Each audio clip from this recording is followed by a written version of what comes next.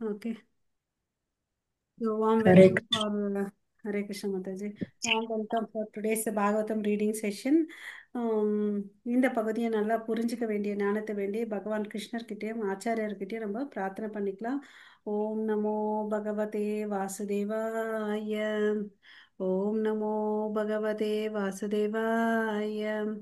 ஓம் நமோ பகவதே வாசுதேவாய. ॐ अज्ञानतिमिरन्दस्य ज्ञानागर्शलागया चक्षुरुन्मिलितं येन तस्मै श्रीगुरवे नमः। श्रीचैतन्यमनोभीष्टं स्थापितं येन भूतले स्वयं रूप कदा मह्यं ददाति स्वपदान्तिकं वन्देऽहं श्रीगुरो श्रीयुतपदकमलं श्रीगुरो कृष्णवांश श्रीरूपं साग्रजातं सगगण रघुनाथान्वितं तं सजीवं साद्वैतं सावधूतं परिजनसहितं कृष्णचैतन्यदेवं श्रीराधा कृष्ण पदान् सगकन ललिता श्री विशाखान्वितांश्च हे कृष्णा करुणा सिन्धो दीनबन्धो जगत्पते गोपेश गोपिका कान्त राधा कान्त नमोऽस्तु ते तप्त काञ्चन गौराङ्गी राधे वृन्देवनेश्वरि वृषभानुसुते देवी प्रणमामि हरिप्रिये वाञ्छाकल्पतरुभ्यश्च कृपा सिन्धुभैव च पतितानां पावनेभ्यो वैष्णवेभ्यो नमो नमः। नमो ब्रह्मण्यदेवाय को ब्राह्मणहिताय च जगतिताय कृष्णाय गोविन्दाय नमो नमः।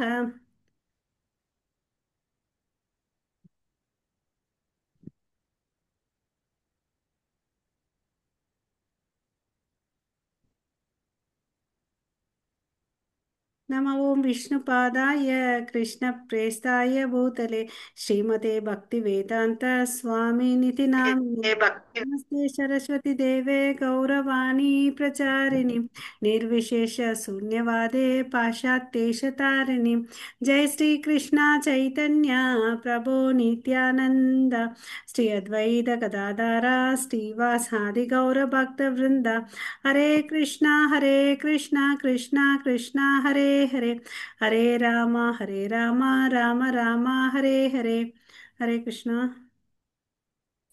ஸோ நம்ம ஏழாவது அத்தியாயத்தில் ஏழாவது கேண்டோவில் ஏழாவது அத்தியாயம் பார்த்துட்ருக்கோம். நேற்று 18 ஸ்லோகங்கள் பார்த்தோம். இன்னைக்கு வந்து 19வது ஸ்லோகத்துலேருந்து பார்க்கலாம்.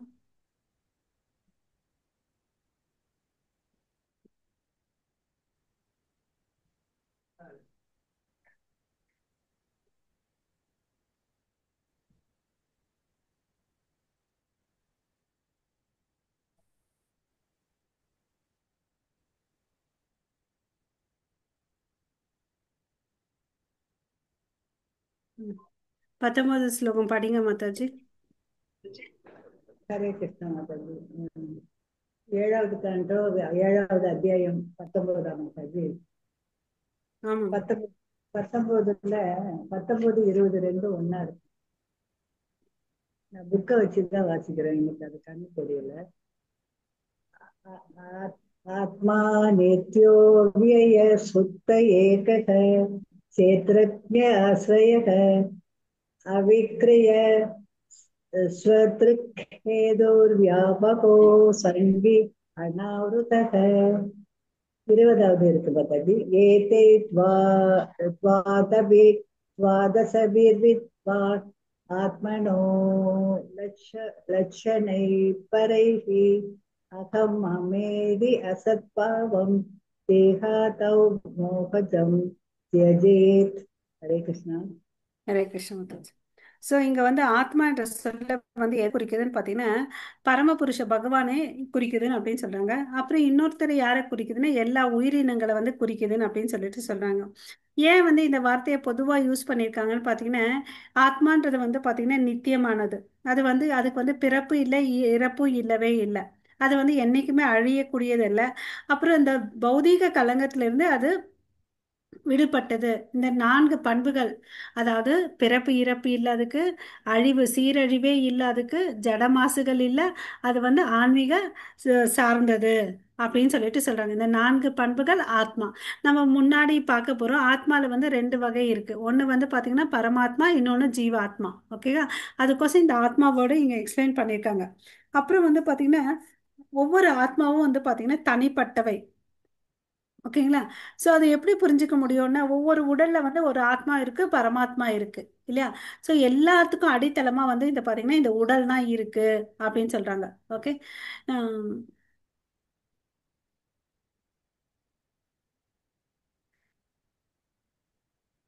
இந்த ஆத்மா வந்து பாத்தீங்கன்னா சுயமாக ஒளி பெற்றவர்கள் அப்படின்னு சொல்லிட்டு சொல்றாங்க.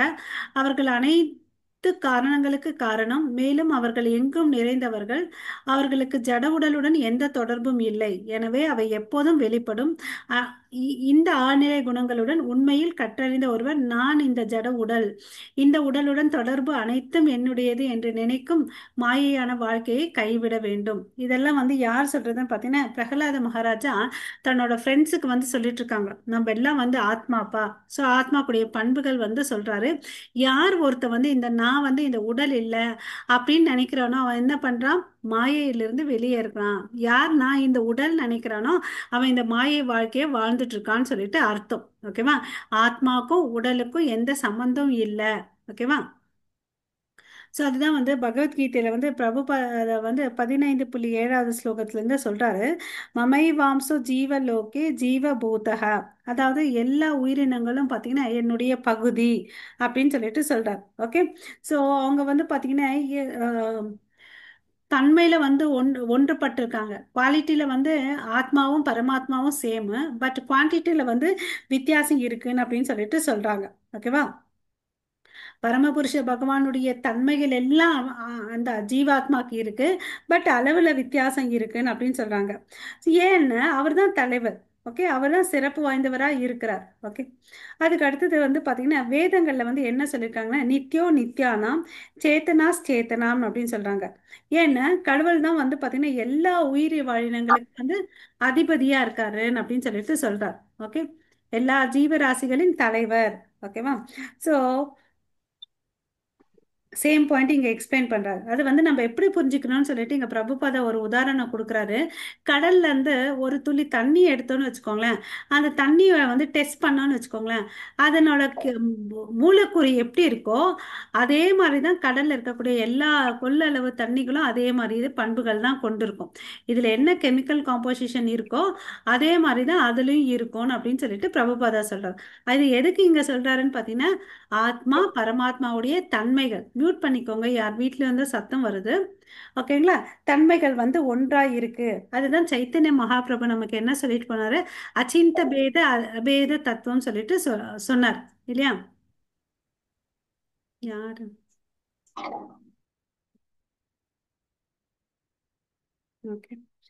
ஸோ மறுபடியும் வந்து கத உபநிஷத்துல இருந்து ஒரு வாக்கியம் இங்க சொல்லியிருக்காங்க பாருங்க, லாஸ்ட் லைன்ல.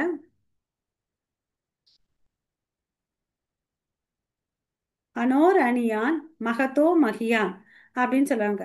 அப்போ வந்து பாத்தீங்கன்னா கடவுள் தான் உயர்ந்தவர். ஓகே. அதை விட சின்னது யாரு? ஜீவாத்மா. இந்த இடத்துல இருக்கு பாருங்க. கடவுள் பெரியவர், அதே நேரத்தில் உயிரினங்கள் வந்து சிறியவர். ஓகேவா? இதுதான் வந்து கதை உபநிஷத்துல சொல்லியிருக்காங்க. அணுவை விட சிறியவை, ஆனால் கடவுள் மிக பெரியதை பெரியதை விட பெரியவர். ஓகேவா? அதை இன்னும் புரிஞ்சுக்கணும். எப்படிப்பா கடவுள் பெரியவர்னு அப்படின்னு சொன்னா நமக்கு எல்லாருக்கும் என்ன தெரியும்? ஆகாயம் வந்து ரொம்ப பெருசுன்னு நம்ம நினைப்போம் இல்லையா? அதை வச்சு நம்ம புரிஞ்சுக்கணும் அவருடைய மகத்துவங்களை அப்படின்னு சொல்லிட்டு இங்க சொல்ற. ஓகே. அதுக்கு அடுத்தது ஆஹ் நம்ம உயிரினங்கள் தெரியும். நம்ம ஆத்மாவுடைய சைஸ் என்ன? 10,000த்துல ஒரு பங்கு. தலைமுடியோட முடியோட நுனியின் பகுதியில 10,000த்துல ஒரு பங்கு. அப்படின்னா என்ன அர்த்தம்? இந்த ஆத்மா ஆட்டமை விட ரொம்ப சின்னது இல்லையா? கடல் வந்து பாத்தீங்கன்னா இந்த ஆகாயத்தை விட பெரியவர்.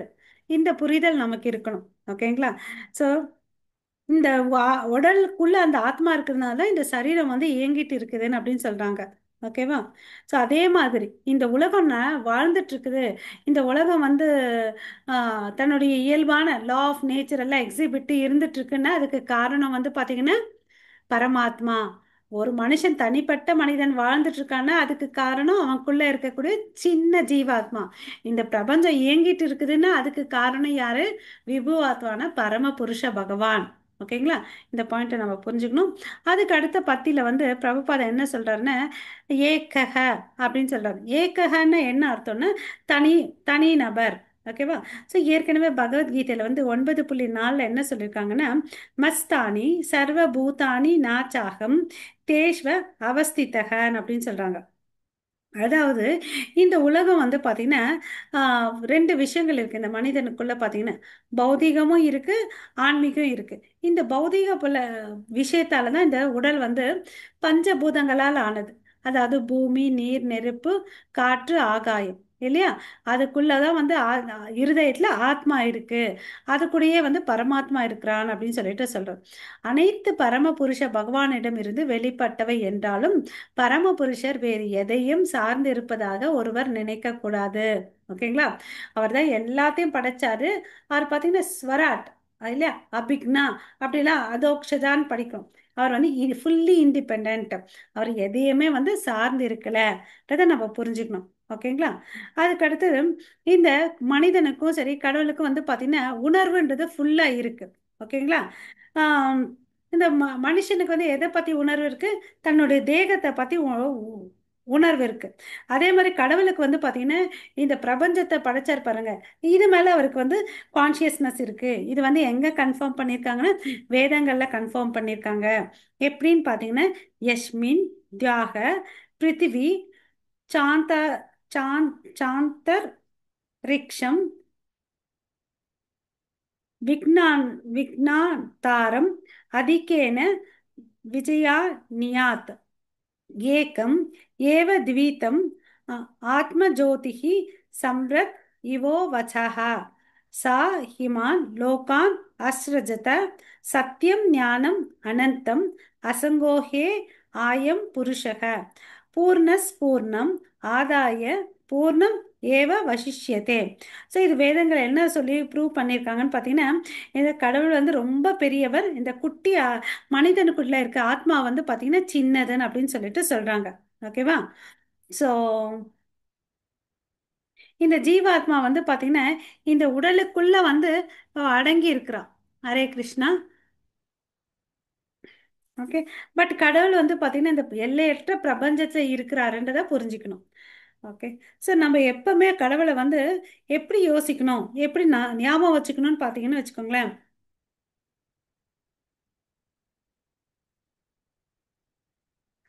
நம்ம வந்து நினைக்கிறோம் சரி இப்ப சொன்ன பாயிண்ட்ஸ் எல்லாம் வச்சு ஒருத்தருக்கு கேள்வி வரலாம், அப்படின்னா நானும் கடவுளும் ஒண்ணு தானே அப்படின்னு சொல்லிட்டு. பட் அப்படி கிடையாது. அது மாதிரி எதுக்கவும் கூடாது, அது தவறு. எதுல வித்தியாசப்படுறோம் நம்ம? அளவுல வித்தியாசப்படுறோம். தன்மையில பாத்தீங்கன்னா அவர்கிட்ட இருக்கிற நம்ம என்ன சொல்றோம், கிருஷ்ணரை சச்சிதானந்த ரூபம் சொல்றோம். பட் நமக்கு வந்து எல்லாத்துலயுமே நித்தியமா இருக்கிறோமா, சந்தோஷமா இருக்கிறோமா, ஞானத்தோட இருக்கிறோமான்னு போட்டு அவர் பெரிய கேள்விக்குறி போட்டுட்டே போலாம் இல்லைங்களா? பட் அவர் வந்து பாத்தீங்கன்னா அந்த அதே தன்மாத்திரத்தோடு இருக்கிறார். ஓகே. பட் நம்ம அளவில் கொஞ்சமாக தான் இருக்கும். அதுவும் கொஞ்சம் மைன்யூட் பர்சன்ட் தான் நம்ம எக்ஸ்பிரஸ் பண்ணுறோம். ஃபுல்லாக கூட எக்ஸ்பிரஸ் பண்ணுறோம். அந்த ஃபுல்னஸ் வரணும்னா நம்ம பக்தி பண்ணணும். ஸோ அதனால் இந்த பாயிண்ட்ஸை வச்சுட்டு நானும் கடவுள் ஒன்றுன்னு அப்படின்ற நினைப்பு நம்மக்கிட்ட வரக்கூடாது. ஓகேவா? நம்ம அளவில் வந்து வித்தியாசப்படுறோம். ஓகேங்களா? அப்படி யாராவது ஒருத்தர் நினைச்சான்னா அவன் முட்டாள் அப்படின்னு சொல்கிறாங்க. ஓகே.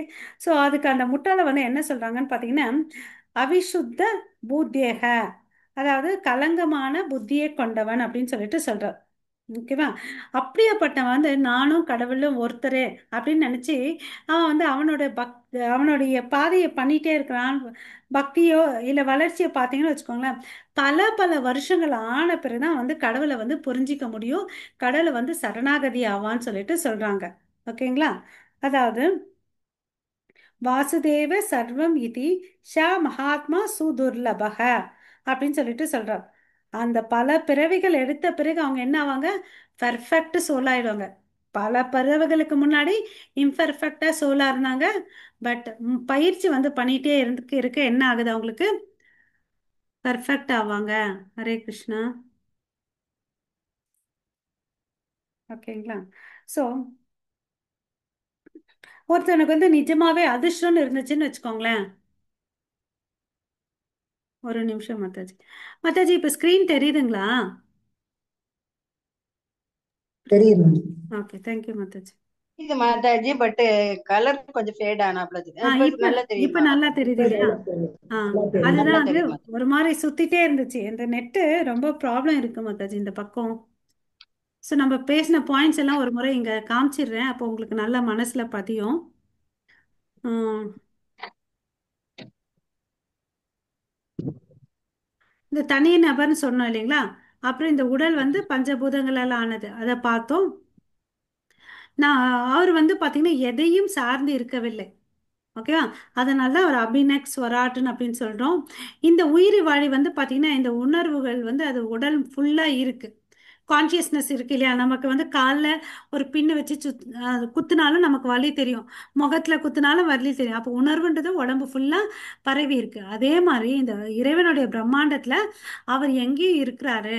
இது வேதங்கள்ல உறுதி அளிக்கப்பட்டதுன்னு அப்படின்னு சொல்லிட்டு சொல்றாங்க. ஓகேவா? ஸோ ஸோ அப்புறம் வந்து அவருக்குரிய தன்மை எனக்கும் இருக்கு இல்லையா அப்படின்னு சொன்னா, பட் ஆத்மா தனிப்பட்டவர்கள் என்பதை நிரூபிக்கின்றன.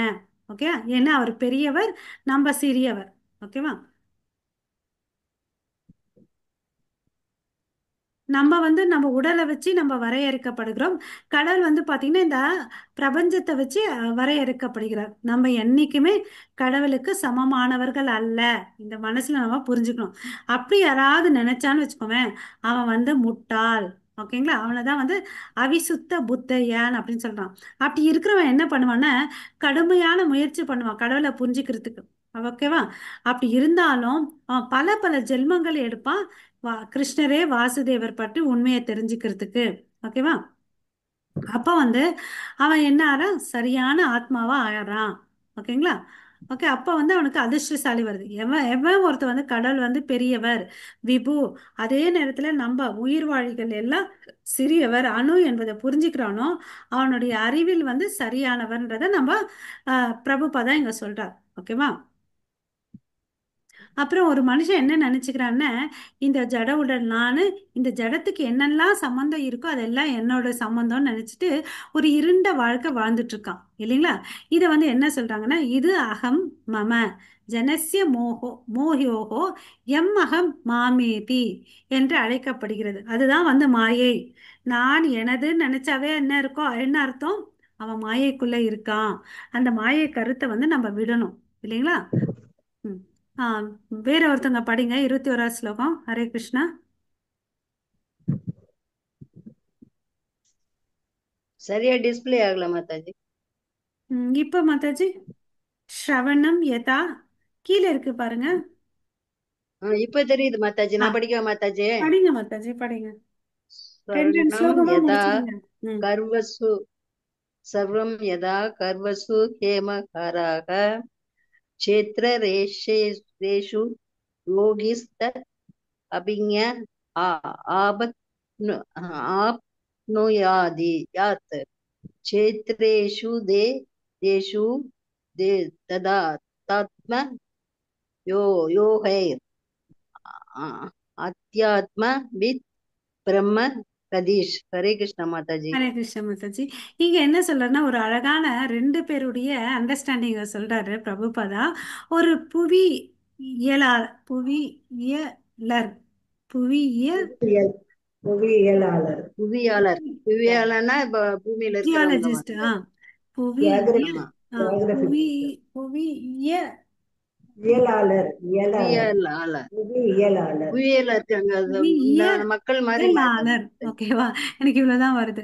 அவருக்கு வந்து தெரியும் எங்கெல்லாம் வந்து இந்த நிலத்துல வந்து தங்கம் இருக்குன்னு அப்படின்னு தெரியும் இல்லையா? சோ அவர் என்ன பண்ணுவாரு, அந்த இடத்துல போய் தோண்டி தங்கத்தை எடுப்பார். அதே ஒருத்தன் முட்டாளா இருக்கான்னு வச்சுக்கோங்களேன், அந்த நிபுணத்துவம் இல்லாத ஒருத்தன் வந்து என்ன பண்ணுவான், அவரை மாதிரி எங்க தங்கம் இருக்குன்னு கண்டுபிடிக்க முடியாது அவனால இதை நம்ம புரிஞ்சுக்கணும் ஃபர்ஸ்ட் பாயிண்ட். ரெண்டாவது பாயிண்ட் பார்த்தீங்கன்னா, ஆன்மீக ரீதியா முன்னேறியவருக்கு வந்து தெரியுமா உடலுக்குள் ஆன்மீக துகள்கள் எவ்வாறு உள்ளது என்பதை புரிந்து கொள்ள அவரால் முடியும். அதே ஆன்மீக அறிவு இல்லாத வந்து பார்த்தீங்கன்னா ஒரு முட்டாள், அவனுக்கு தெரியாது அவன் உடலுக்குள்ள எங்க ஆத்மா இருக்குன்னு சொல்லிட்டு. இப்ப நம்ம எல்லாம் பகவத்கீதை படிச்சதுனால நமக்கு தெரியும். சொல்லுங்க பார்க்கலாம், எங்க ஆத்மா இருக்குன்னு. ஹரே கிருஷ்ணா. ஆத்மா நம்முடைய இதயத்துல 5 வாயுகள்ல வந்து விழுந்துட்டு இருக்கு.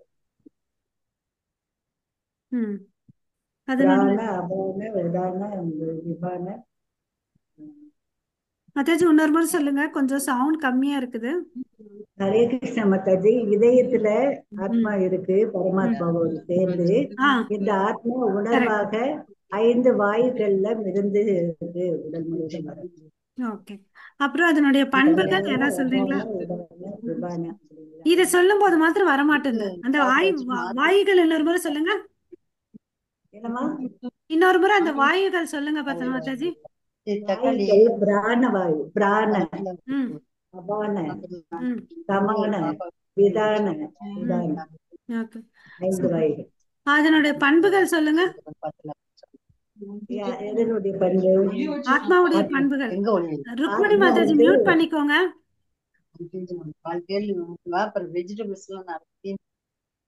யாரோ படிக்கிறது. ஆத்மா நித்தியமானது, நிரந்தரமானது, அழிவடையாதது, மாற்றமடையாதது. பகவானுடைய அணுத்துகள், பகவான் தன்மையில் பகவானோடு ஒத்தருக்கு அணுவாக பகவான் வந்து விபு ஆத்மா. Okay. Hare Krishna Mataji, super. Okay. So இங்கே வந்து பார்த்தீங்கன்னா ஆன்மீக புரிதலுக்கு ஒரு சிறந்த உதாரணம் நம்ம பார்த்தோம். அதாவது ஞானிகள், தத்துவஞானிகள் மற்றும் விஞ்ஞானிகள் எனப்படும் அனைவரும் என்னன்னு பார்த்தீங்கன்னா முட்டாள்கள், அயோக்கியர்கள்னு சொல்லிட்டு சொல்றாங்க. ஏன்னா இவங்களுக்கு வந்து பார்த்தீங்கன்னா ஆன்மீக இல்லாததால் உடலுக்கு ஆன்மா இருப்பதை புரிந்து கொள்ள முடியாது. இவங்க எல்லாம் என்ன நினைக்கிறாங்கன்னா இந்த உடலே ஒரு ஒரு கெமிக்கல் காம்போசிஷனால் ஆனதுன்னு அப்படின்னு சொல்லிட்டு இந்த விஞ்ஞானிகள்லாம் சொல்றாங்க. ஓகேவா? ஆனா அவங்களுக்கு தெரியல அதுக்குள்ள வந்து ஒரு ஆத்மா வந்தாதான் அதுக்கு வந்து உயிர் வருதுன்னு அப்படின்னு சொல்லிட்டு. ஓகேவா? ஆன்மீக அறிவு இல்லாததால் உடலுக்குள் ஆன்மா இருப்பதை இவருக்கு புரிந்து கொள்ள முடியாது. வேதங்கள்ல என்ன சொல்லியிருக்காங்க? தத் விஜானார்த்தம் ச குரும் ஏவா பி கச்சதேத் அப்படின்னு சொல்றாங்க. ஆன்மீக அறிவை புரிந்து கொள்ள ஒருவர் யாரை அணுகணும்? உண்மையான ஆன்மீக குருவை அணுகணும். இதுதான் வந்து ஹரே மாதாஜி, மாதாஜி ஒரு சந்தேகம். ஞானிகளையும் சேர்த்திருக்காங்க, தத்துவ ஞானிகள் மற்றும் விஞ்ஞானிகள். சரி, அவங்களுக்கு தெரியாது ஆத்மாவை பற்றி. ஞானிகளுக்கு தெரியும். மாதாஜி ஞானிகள் வந்து பாத்தீங்கன்னா மோரர்லெஸ் அவங்க வந்து இம்பர்சனலிஸ்டா தான் இருப்பாங்க மாதாஜி. அவங்க நிறைய உண்மைதானே மாதாஜி? மாதாஜி அவங்க நிறைய படிப்பாங்க. படிச்சு படிச்சு அதுல வந்து அவங்களோட கான்செப்ட் எப்படி இருக்கும்னா அகம் பிரம்மாஸ்மின்ற மாதிரி, நான் கடவுள் நீ கடவுள். ஸோ நம்ம அந்த கடவுளுடைய இதுல வந்து நான் மெர்ஜ் ஆயிடணும்னு சொல்லிட்டு அதனால தான் அவங்க வந்து சாயுஜ்ய முக்தியை வந்து அடைவாங்க மாதாஜி. அந்த ஞானிகள் வந்து பாத்தீங்கன்னா இம்பர்ஃபெக்ட் தான். அவங்களுடைய பக்தர் தான் வந்து டிவோட்டி தான் வந்து கிரேட் பர்சன். ஏன்னா அவனுக்கு தான் அந்த ஆன்மீக அறிவு இருக்கு. டிவோட்டி தான் கிரேட். இல்ல, தத்துவ ஞானிகள் அவங்க வந்து தத்துவங்களை வந்து தாங்க இது வேற. தனக்கு ஏத்த மாதிரி தான் பேசுவாங்க. வேதங்கள்ல விஞ்ஞானிகளுக்கு தெரியாது. சரி, ஆ, ஓகே. தத்துவ ஞானிகள் கூட அப்படிதான் மாதாஜி. அவங்களுக்கு என்னவோ அதுக்கேத்த ஓகே மாதாஜி, ஞானிகளை சேர்த்துக்கிறது தான். ஞானிகள் கூட அப்படிதான் மாதாஜி. நம்ம ஏற்கனவே இதை 2-3 முறை படிச்சிருக்கோம் இந்த பாயிண்ட்ஸ். ஓகேங்களா? So okay. ஸோ நம்ம வந்து ஆன்மீக குருவை வந்து அணையிடும். அவங்கெல்லாம் வந்து யூகிச்சு யூகிச்சு போவாங்க. ஓகே, அவங்க விழுறதுக்கெல்லாம் நிறைய சான்சஸ் இருக்கு. ஓகேவா? ஸோ இதை வந்து ஏற்கனவே சொன்ன ஜியாலஜிஸ்ட் வந்து பார்த்தீங்கன்னா எங்கே தங்கம் இருக்குது எங்கே கல் இருக்குன்றதை அவரால் கண்டுபிடிக்க முடியும். அதனால இருக்கிற இடத்துல போயிட்டு தோண்டி எடுப்பான். அதை வந்து தங்கத்தை எடுத்துட்டு வருவான். அதே விஷயத்தில் வந்து கை தேர்ந்த ஜியாலஜிஸ்ட் இல்லாதவனால வந்து அதை பண்ண முடியாது. அதுக்கு வந்து அவர் முறையாக படிச்சிருக்கணும், தகுதி பெற்று பயிற்சி ஆயிருக்கணும். அப்படி இல்லைன்னா அவனால இதை செய்ய முடியாது. அதே மாதிரிதான் ஒரு ஆன்மீகவாதிக்கு வந்து என்ன தெரியுது? அவன் உடல்ல வந்து எங்க ஆன்மா இருக்குது, அதனுடைய தன்மைகள்லாம் எப்படி இருக்குன்றத தெரியும் அப்படின்னு சொல்லிட்டு சொல்றார். யோகிஸ் தத் அபிக்னா சொல்லிட்டு சொல்றார்.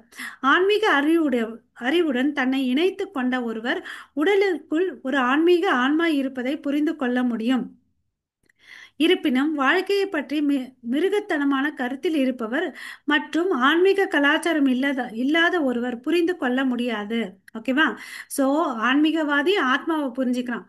அதே வந்து மிருகமா வாழக்கூடிய ஒருத்தனும் ஆன்மீக கலாச்சாரம் இல்லாதவனும் வந்து பார்த்தீங்கன்னா ஆன்மாவை புரிஞ்சிக்கவே முடியாது அப்படின்னு சொல்றார். ஓகேங்களா? இது வந்து ஏற்கனவே நம்ம எக்ஸ்பிளைன் பண்ண பாயிண்ட்ஸ் தான் வந்து சொல்றாங்க. அப்போ வந்து பார்த்தீங்கன்னா பேசிக்காக இங்கே என்ன இன்சிஸ்ட் பண்ணுறாங்கன்னு பார்த்தீங்கன்னா ஆன்மீக குரு வேணும். ஓகேங்களா? ஆன்மீக குருவை வச்சு தான் நம்மளால என்ன பண்ண முடியும்? இந்த ஆன்மீக யோகா அமைப்பில் இல்லை பக்தி யோகா அமைப்பில் வந்து பயிற்சி பெற வேண்டும். ஓகே, அதுதான் பகவத்கீதையில் என்ன சொல்லியிருக்காங்கன்னா பக்தியாமாம் அபிஜானந்தி. பக்தி யோக செயல்முறைகள் ஒருவர் தஞ்சம் அடையாவிட்டால் உடலுக்குள் ஆன்மாவின் இருப்பை புரிந்து கொள்ள முடியாது. எனவே பகவத்கீதை கற்பதின் மூலம் தொடங்குகிறது பக்தின்றது. அதுக்கு தான் நம்ம ஏற்கனவே நம்ம படிச்சோம் இல்லைங்களா? யூஜின்றது வந்து பகவத்கீதை, போஸ்ட் கிராஜுவேட்ன்றது பாகவதம், பிஹெச்டின்றது வந்து சைத்தன்ய சைத்தன்ய சரிதாமிருதம் அப்படின்னு சொல்லிட்டு. ஸோ இங்க பகவத்கீதையில நம்ம என்ன பேசிக்கா தெரிஞ்சுக்கிறோம்னா நம்ம உடல் அல்ல, நம்ம ஆத்மா. ஓகேவா? ஸோ இந்த ஆத்மாவுடைய பண்புகளை தெரிஞ்சுக்கிறோம். ஆத்மாவுடைய எங்க இருந்து வருது? பரமாத்மா கிட்ட இருந்து வருது. நமக்கும் ஆத்மாக்கும் வந்து பரமாத்மாக்கும் சம்பந்தம் இருக்கு. ஸோ அதனால நம்ம அந்த உலகத்துக்கு போகணுன்றதுக்கு தான் பகவத்கீதை. ஓகேவா? ம். நெக்ஸ்ட் அதுதான் வந்து இங்க என்ன சொல்லியிருக்காங்க? தேகினோ யஸ்மின் யதா தேகே கௌமாரம் யவ்வனம் ஜரா ததா தேகாந்திர பிராப்திர் திரஸ்தத்ர ந முய்யதி. அதாவது இந்த தேகங்களுக்கு வந்து பாத்தீங்கன்னா மாற்றங்கள் வருது இல்லையா? ஓகே. ஸோ இந்த 6 விதமான மாற்றங்கள் சொல்ல முடியுமா யாராவது? மாதாஜி, 6 விதம் இந்த உடம்புக்கு வந்து பிரேமராணி மாதாஜி, ருக்மணி மாதாஜி, ரேவதி மாதாஜி, யாராவது சொல்றீங்களா? இந்த பிறப்பு, அப்புறம் பிறப்பு, அப்படியே கொஞ்ச நேரம் இருக்கும், வளரும். பிறப்பு, வளர்ச்சி, பிறப்பு கொஞ்ச நேரம் அப்படியே இருக்கும் மாத்தாது, எந்த ஒரு செயலும் இல்லாம இருக்கும். அதுக்கு அடுத்தது வந்து வளர்ச்சி, அப்புறம் வந்து பாத்தீங்கன்னா இனவிருத்தி செய்யும். அதுக்கு அடுத்தது வந்து சுருங்கும், அப்புறம் வந்து இறந்து போகும். இந்த 6 மாற்றங்கள் வந்து இந்த உடலுக்கு இருக்கு. சரிங்களா? இந்த உடலுக்கு வந்து இந்த 6 பண்புகள் இருக்கு. அதுதான் வந்து பாத்தீங்கன்னா இந்த ஸ்லோகத்துல இருக்கக்கூடாது. தேகினோ யஸ்மின், கௌமாரம்னா சின்ன வயசு, யவ்வனம் ஜரா ததா தேகாந்திர பிராப்தி திரஸ்தத்ர நா முய்யதி. இந்த பண்புகள்லாம் எதுக்கு இருக்கு? உடலுக்கு இருக்கு. ஆனா இந்த உடலுக்குள்ள இருக்க ஆத்மாக்கு இல்லவே இல்லை அப்படின்னு சொல்றாங்க. அப்போ அந்த ஆத்மா என்ன பண்ணுது? இப்போ ஒரு உடல்ல இருந்து இன்னொரு உடலுக்கு இடப்பெயரக்கூடிய தன்மை அதுக்கு இருக்குன்னு அப்படின்னு சொல்லிட்டு சொல்றாங்க. ஓகேவா? இதை புரிஞ்சுக்கிட்டாதான் அவங்களுடைய ஆன்மீக அறிவின் ஆரம்பம் அப்படின்னு சொல்றாங்க. இல்லைன்னா அவனுக்கு அந்த ஆன்மீக அறிவு இன்னும் ஸ்டார்ட் ஆகலைன்னு சொல்லிட்டு சொல்றாங்க. ஸ்ரீமத் பாகவத்ல வந்து என்ன சொல்றாங்கன்னு பாத்தீங்கன்னா यस्यात्मा बुद्धिः कुणे अपि தாத்துக்கே சா ஏவ கோ கரகா அப்படின்னு சொல்றாங்க. ஓகே. ஸோ இதை வந்து எல்லா ஜனங்களும் இந்த மனித குலத்தில் இருக்கக்கூடிய எல்லா மக்களும் வந்து இதை புரிஞ்சிக்கணும் அப்படின்னு சொல்லிட்டு சொல்றாங்க. ஓகேவா? இல்லைன்னா அவன் வந்து மிருகத்தனமான கருத்துல தான் வாழ்ந்திருக்கான். ஸோ ஒவ்வொருத்தரும் என்ன பண்ணணும்? தெளிவாக புரிந்திக்க வேண்டும். ஓகேவா? இதை ஒரு பாயிண்ட்டை புரிஞ்சுக்கிட்டு அவன் வந்து மனசு மாறுறான். நான் இந்த உடல் அல்ல, இந்த உடலுக்கு சொந்தமான அனைத்தும் என்னுடையது, அகம் மமேதி என்று நினைக்கும் தவறான மாயை அறிவை தானாக கைவிட முடியும். ஸோ இப்போ நான் இந்த உடல் இல்லைப்பான்னு நினைச்சேன்னா அவனுக்கு என்ன ஆகுது? அகங்காரம் வர்றதில்லை, பற்றுதல் இருக்கிறது இல்லை. நான் ஆத்மான்னு புரிஞ்சுக்கிட்டா அவனுக்கு எல்லா விஷயங்களும் வந்து சாதகமா அவன் எடுத்துப்பான் அந்த சூழ்நிலைகளை அப்படின்னு சொல்லிட்டு சொல்றான். ஓகேங்களா? So I am this body அந்த கான்செப்டை நம்ம விடணும். நான் இந்த உடல் இது என்னுடையதுன்ற புத்தியை விடணும் அப்படின்னு சொல்லிட்டு சொல்றார். ஓகேவா? ஸோ அப்புறம் வந்து நான் வந்து ஒரு ஆத்மா அப்படின்றத புரிஞ்சுக்கணும். கடவுள் வந்து நித்தியமானவர், அதனால நானும் நித்தியமானவன். இந்த கான்செப்டுக்கு வந்துட்டு அவனுடைய வாழ்க்கையில் இருக்கக்கூடிய பிரச்சனைகள் வந்து எல்லாம் தீர்ந்து போய் விடும். அவன் திரும்பி கடவுளுடைய நாட்டுக்கு திரும்பி செல்கிறான். நெக்ஸ்ட் படிங்க மாதாஜி, பிரேமராணி மாதாஜி. ருக்மணி மாதாஜி போயிட்டாங்களா? ரெண்டு ரெண்டு ஸ்லோகமா முடிச்சிருங்க மாதாஜி. ஒருத்தர் ஒருத்தர் ரெண்டு ரெண்டு படிங்க. ம். சொல்லலாமா? சொல்லுங்க மாதாஜி. त्वं प्रकृतयः प्रोक्तास्त्रय एव हि तत्पुनः विगा विगारसोदाचार्य पुमान् ஏக समन्वयात्. ஹரே கிருஷ்ண மாதாஜி. ஹரே கிருஷ்ணன். கடவுள்கிட்ட வந்து 3 வகையான சக்திகள் இருக்குன்னு தெரியும் நமக்கு இல்லையா? அந்தரங்க சக்தி, பகிரங்க சக்தி, தடஸ்த சக்தின்னு சொல்லிட்டு இந்த இந்த பூலோகம் இருக்கிற அவருடைய மெட்டீரியல் எனர்ஜி இல்லையா? எக்ஸ்டர்னல் எனர்ஜினால தான் இந்த பிரபஞ்சம் வந்து வடிவமைக்கப்பட்டது இல்லையா? அப்புறம் வந்து பாத்தீங்கன்னா இங்க வந்து 16 விஷயங்கள் இருக்கு இல்லையா? மகா தத்துவத்துல வந்து பாத்தீங்கன்னா அவர் பார்வையால காரணத்துவசாயி பார்க்கறாரு. அந்த ஆன்மீக ஆகாயத்துல வந்து பாத்தீங்கன்னா ஒரு பார்ட் வந்து மெட்டீரியல்ஸ் கை ஆகுது. 16 தத்துவங்கள் மகா தத்துவங்கள் வருது. அப்புறம் வந்து இங்க பாத்தீங்கன்னு வச்சுக்கோங்களேன், 16 புலன்களை வந்து சொல்றாங்க. அது என்னென்னு சொல்றீங்களா? 5 கர்மேந்திரியங்கள். யாராவது சொல்லுங்க. 5 5 ஞானேந்திரியங்கள், 5 கர்மேந்திரியங்கள், மனம் பஞ்சபூதங்கள் இருக்குல்ல, அதோட 11 சேர்த்து 16. மனம் கரெக்ட் மாதாஜி. 5 கர்மேந்திரியங்கள், ஞானேந்திரியங்கள். ஓகேங்களா? ஸோ இதெல்லாம் சேர்ந்து மனசு எல்லாம் சேர்த்து 11 ஆகுது. அதுக்கு பிறகு வந்து பஞ்சபூதங்கள் ஆகுது இல்லையா? இவ அனைத்தும் வந்து எங்க இருக்குது? அவருடைய ஜட தோற்றத்துல தான் இருக்கு அப்படின்னு சொல்லிட்டு சொல்றார். ஓகேவா? எனவே அனைத்தும் பெரிய ஆச்சாரியர்களுக்கும் தனிப்பட்ட ஆன்மா இந்த ஜடக்கூறுகளால் கட்டுப்படுத்தப்படுகிறது என்ற முடிவு செய்துள்ளனர். ஓகேவா? ஸோ இப்போ பொருளுரைக்க போலாம். ஏற்கனவே நான் சொன்னேன் விளக்கப்படி இங்க வந்து சொல்றார் பிரபுபாதா, கஷேத்ரேஷு தேகேஷு ததாத்ம யோகேர் அத்தியாத்ம வித் பிரம்மகதிம் லபதே அப்படின்னு சொல்றான். ஒருத்தன் வந்து ஆன்மீகமா வந்து முன்னேறி இருக்கான்னு அவன் வந்து பாத்தீங்கன்னா இந்த ஆன்மீக விஷயத்துல வந்து அவனால புரிஞ்சிக்க முடியும். அது அவன் உடலுக்குள்ளே இருக்கு. புரிஞ்சுக்கிறதுனால அவன் என்ன பண்றான்? ஆன்மீக ஞானத்தை வந்து கத்துக்கிறதுக்கு முயற்சி பண்றான், கத்துக்கிறான். அப்புறம் அதுல வந்து முழுமை அடையிறான், ஆன்மீக வாழ்க்கைய முழுமை அடைகிறான் அப்படின்னு சொல்லிட்டு சொல்றாங்க. ஓகே. ஸோ அவன் எவன் ஒருத்தன் வந்து புத்திசாலித்தனமா தான் உடலுக்குள்ளே வந்து பல மூலக்கூறுகள் இருக்கு, அந்த 8 வெளிப்புற சக்திகளை புரிஞ்சுக்கிறானோ அவன் புத்திசாலின்னு அப்படின்னு சொல்றாங்க. அதாவது பூமிர் நலோ அப்போ வாயுகம் மனோபுத்தி ஏவகா ஏவச்ச அகங்கார இதியம்மே பின்ன பிரகிருதி அஷ்டதா. அதாவது பஞ்சபூதங்கள் 5, இது வந்து ஸ்தூல உடம்பு. அதுக்குள்ள பாத்தீங்கன்னா சூக்ஷ்ம உடம்பு, அது 3. அதாவது மனம் புத்தி அகங்காரம். அந்த இருதயத்துக்குள்ள பாத்தீங்கன்னா ஆத்மா பரமாத்மா. ஸோ இந்த 8 வந்து யாரை புரிஞ்சுக்கிறானோ அவன் இன்டெலிஜென்ட் அப்படின்னு சொல்லிட்டு சொல்றாங்க. ஓகேவா? ஸோ நமக்கெல்லாம் தெரியும் ஒவ்வொன்றுத்துக்கும் ஒரு ஒரு தன்மாந்திரியம் இருக்குன்னு அப்படின்னு சொல்லிட்டு இல்லையா? ரூபம்னா என்ன? வடிவம். ரசம் சுவை. கந்தான வாசனை. சப்தாந்திர ஒளி. மற்றும் ஸ்பர்ஷான என்ன? தொடுதல். ஓகேவா? ஸோ பூமிக்குள் வந்து பார்த்தீங்கன்னா ரோஜாக்களின் நறுமணமும் இனிப்பு பழங்களின் சுவை மற்றும் நாம் விரும்பும் வேறு எதுவும் உள்ளன இல்லையா? ஸோ இதெல்லாம் வந்து எங்க இருக்குது? வருது பூமியில இருந்து வருது இல்லையா? அதுதான் பூமியில் உள்ளடங்கி இல்லது. ஓகேங்களா? அப்புறம் ஸ்ரீமத் பாகவத்துல வந்து பாத்தீங்கன்னா என்ன சொல்லியிருக்காங்கன்னா சர்வ காம துகா மகி பூமி. ம். நமது அனைத்து தேவைகளும் எங்க இருக்குதுன்னு பாத்தீங்கன்னா பூமிக்குள்ள தான் இருக்கு. ஓகேவா? அதனால தான் அவர் என்ன சொல்றாங்க? பூமிய சர்வ காம துகா மகி அப்படின்னு சொல்லிட்டு சொல்றாங்க. ஓகேங்களா? ஸோ இவ்வாறு புலன் உணர்வின் பொருட்கள் அனைத்தும் பூமி அல்லது பூமியில் உள்ளன. மொத்த ஜடக்கூறுகள் மற்றும் நுட்பமான ஜடக்கூறுகள் மனம் புத்தி அகங்காரம், ஆஹ் பொய்யான அகங்காரம் எல்லாம் வந்து பாத்தீங்கன்னா ஆற்றலை உருவாக்குகிறது. இந்த மூன்றும் வந்து பாத்தீங்கன்னா ஆற்றலை உருவாக்குது.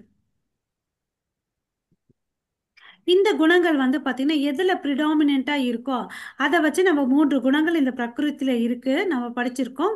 அதாவது ரஜோகுணம் தமோகுணம் சத்வகுணம் சொல்லிட்டு. ஸோ இது வந்து பாத்தீங்கன்னா ஆன்மீக ஆத்மாவிற்கு அல்ல, இதை நல்லா புரிஞ்சுக்கணும். இது உடலுக்கு நம்ம இந்த சப்டல் பாடி சொல்றோம் இல்லையா, அதனாலும் பிரகிருத்தினாலும் வரக்கூடியதான் இந்த 3 குணங்கள். ஓகேவா? ஸோ இதுக்கும் ஆன்மாக்கும் நம்ம சம்பந்தம் இல்லை. ஓகே. ஸோ இந்த இயற்கையின் இந்த 3 ஜடகுணங்களின் தொடர்பு காரணமாகவே 5 அறிவு சேகரிக்கும். அதாவது புலன்கள், கர்மேந்திரியங்கள் ஞானேந்திரியங்கள் சொன்னேன் இல்லையா, அதுதான் இங்க மென்ஷன் பண்ணியிருக்காங்க. ஓகே. இந்த முறைகளின்படி உயிரினம் வெவ்வேறு வகையான அறிவு, சிந்தனை, உணர்வு, விருப்பு வெறுப்பு, கர்மங்களை வந்து செய்கின்றன. ஓகேவா? இவ்வாறு உடல் வந்து இயந்திர வேலை செய்ய தொடங்குகிறது. ஓகே. ஃபர்ஸ்ட் நம்ம என்ன பார்த்தோம்? இந்த கிராஸ் உடம்பு எதனால் ஆனது, சூட்சும உடம்பு என்ன ஆச்சு, அதுக்கு முன்னர் ஸ்லோகத்துல ஆத்மாவையும் பரமாத்மாவை பத்தி தெரிஞ்சுக்கிட்டோம். இந்த 5 புலன்கள் இருக்கனால அது இந்த 3 குணங்கள்கிட்ட வந்து தொடர்பு கொள்ளும் காரணமாக அது செயல்களை செய்கிறது. இது செயல்கள் செய்யறது, இதுக்கும் ஆத்மாக்கும் சம்பந்தம் இல்லை. ஓகே. சப்டல் பாடிக்கும் சூக்ஷ்ம உடம்புக்கும் இந்த சம்பந்தத்தினால வந்து அங்க செயல்கள் செய்யப்படுகிறதுன்னு சொல்றாங்க. ஓகேவா? யாரோ Puro te nila na bahay, piday lang. शुक्रवारी गेले आता येते ना.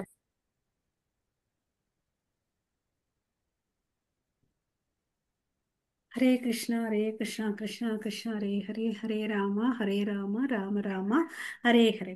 ஸோ நம்ம இங்க வந்து சாங்கிய பிலாசபி அது வந்து யார் கொடுத்துருக்காங்க நமக்கு தெரியும். தேவஹூதியோட மகன் யாரு? கபில தேவர். அவர் கொடுத்துட்டு போனார் இல்லையா? ஸோ இதெல்லாம் வந்து நம்ம அங்க படிச்சிருக்கோம். ஈவன் பல பல சிறு ஆச்சாரியர்கள் வந்து எடுத்து சொல்லியிருக்காங்க. ஓகேவா? ஸோ இங்க இந்த இடத்துல வந்து இந்த பத்தியில வந்து ஆச்சாரியகன் அப்படின்னு சொல்லிட்டு ஒரு வார்த்தையை சொல்லியிருக்காங்க. ஓகே. இந்த 3வது லைன்ல இருக்கு பாருங்க. ஆச்சாரியக. ஓகே. கபிலதேவர் தேவஹூதி பையன் இல்லையா? அவர் வந்து சாங்கிய பிலாசபி எழுதியிருக்காங்க. ஸோ இவர் வந்து பாத்தீங்கன்னா அங்கீகரிக்கப்பட்ட ஆச்சாரியர் அல்லாத எவரையும் நாம் பின்பற்ற வேண்டாம். ஓகேயா? ஆச்சாரியர் ஆனவன் புருஷோ வேதம். ஒரு நிபுணர் ஆச்சாரியரிடம் தஞ்சம் புகுந்தால் ஒரு உண்மையை முழுமையாக புரிந்து கொள்ள முடியும். ஓகேங்களா? அங்கீகரிக்கப்பட்ட ஆன்மீக குரு கிட்ட தான் நம்ம இதை வந்து கத்துக்கணும்னு சொல்லிட்டு சொல்றாங்க. இந்த உயிர் வாழி இருக்கு இல்லையா? அது வந்து பாத்தீங்கன்னா தனிப்பட்டது. அதுக்கு வந்து பாத்தீங்கன்னா இந்த உடல்ல வந்து பல்வேறு பௌதிக பொருளால் ஆனது அந்த உடல். இது வந்து எங்க ப்ரூவ் பண்ணியிருக்காங்கன்னு பாத்தீங்கன்னு வச்சுக்கோங்களேன். Proved as soon as living quits. இந்த உடலை விட்டு இந்த ஆத்மா போச்சுன்னா அப்போ வந்து புரியுது. ஏன்னா இந்த உடல் என்ன ஆகுது? ஒண்ணு மண்ணுல போட்டு புதைக்கிறாங்க, இல்லைன்னா நெருப்புல போட்டு விட்டுறாங்க. அப்ப இங்கிருந்து எடுக்கப்பட்ட உடல் இங்கேயே வந்து என்ன ஆகுது? இங்கே வந்து கலந்துடுது இல்லையா? அந்த பூமியிலே வந்து கலந்துடுது. அந்த உடம்புல இருந்து பிரியறது எது? மனம், புத்தி, அகங்காரம், ஆத்மா இல்லையா? அதை தான் இங்க சொல்றாங்க. ஓகேவா? ஸோ இங்க வந்து spirit and body, spirit and மேட்டர்னு சொல்றோம் இல்லைங்களா? இங்க இருக்கக்கூடிய பொருட்கள் எல்லாமே இங்கே சேர்ந்துடுதுன்னு அப்படின்னு சொல்லிட்டு சொல்றாங்க. ஓகே. ஸோ நான் இங்க காமிக்கிறேன். ஜடப்பொருள் பண்பு ரீதியாக ஒன்றாகும். மேலும் ஆன்மீக ஆன்மா பண்பு ரீதி பரத்துடன் ஒன்றாகும்.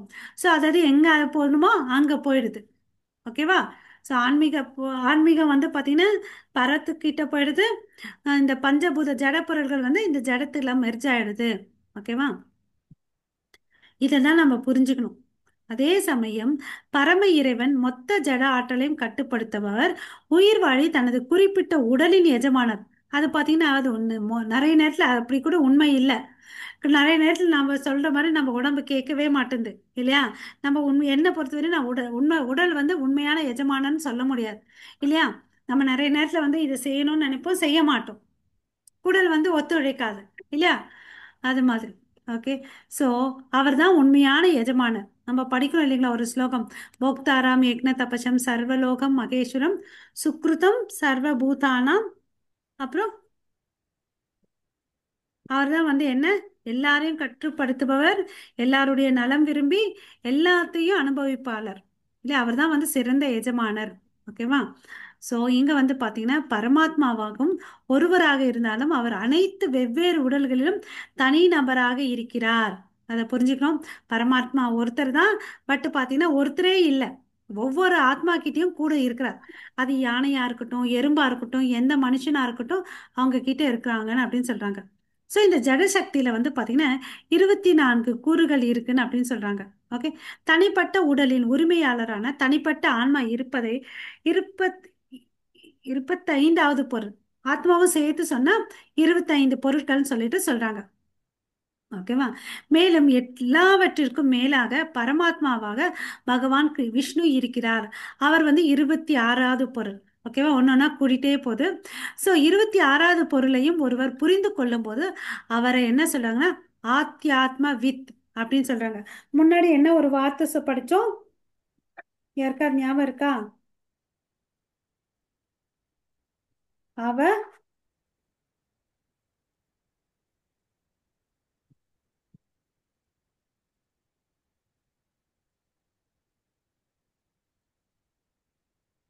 போன ஸ்லோகத்துல படிச்சோம். ஸோ இதெல்லாம் புரிஞ்சுக்கிற வந்து பார்த்தீங்கன்னா ஆத்ம வித். ஓகேங்களா?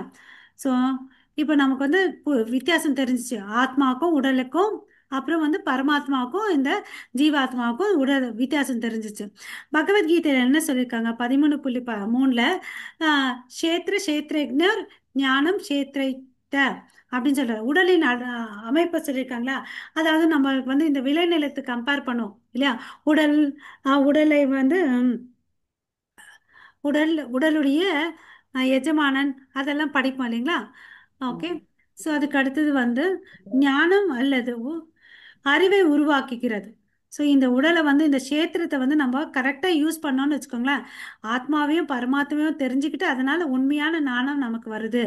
உச்ச இறைவன் தனிப்பட்ட ஆன்மாவுடன் நித்தியமாக தொடர்புடையவர் என்பதை ஒருவர் இறுதியில் புரிந்து கொள்ளாவிட்டால் ஒருவரின் அறிவு அபூரம் அபூரண அபூ அபூரணமானது. இதை வந்து பகவத்கீதையில சொல்லியிருக்காங்க. பகுனாம் ஜென்மனாம் அந்தே ஞானவான் மாம் பிரபத்யத்தே வாசுதேவம் சர்வம் இதி ச மகாத்மா சுதுர்லபக. ஸோ பல பல பிறவிகளுக்கு பிறகு பார்த்தீங்கன்னா உண்மையில வந்து தெரிஞ்சுக்கிறாங்க. எப்படி கடவுள்கிட்ட வந்து சரணாகதி ஆகி அப்போ வந்து என்ன புரிஞ்சுக்கிறாங்க, இந்த ஆத்மா வந்து பெரிய ஆத்மா வந்து அரிதானது. யார் அவங்கள வந்து புரிஞ்சுக்கிறாங்களோ, அந்த கடவுளை யார் புரிஞ்சுக்கிறாங்களோ அப்படியாப்பட்ட ஆத்மா வந்து ரொம்ப அரிதானதுன்னு அப்படின்னு சொல்லிட்டு சொல்றாங்க.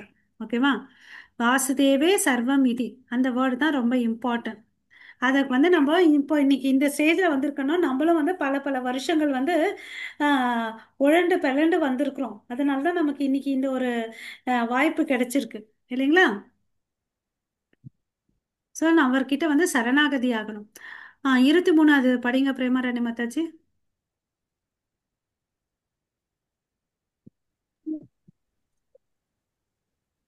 हरे कृष्ण माताजी।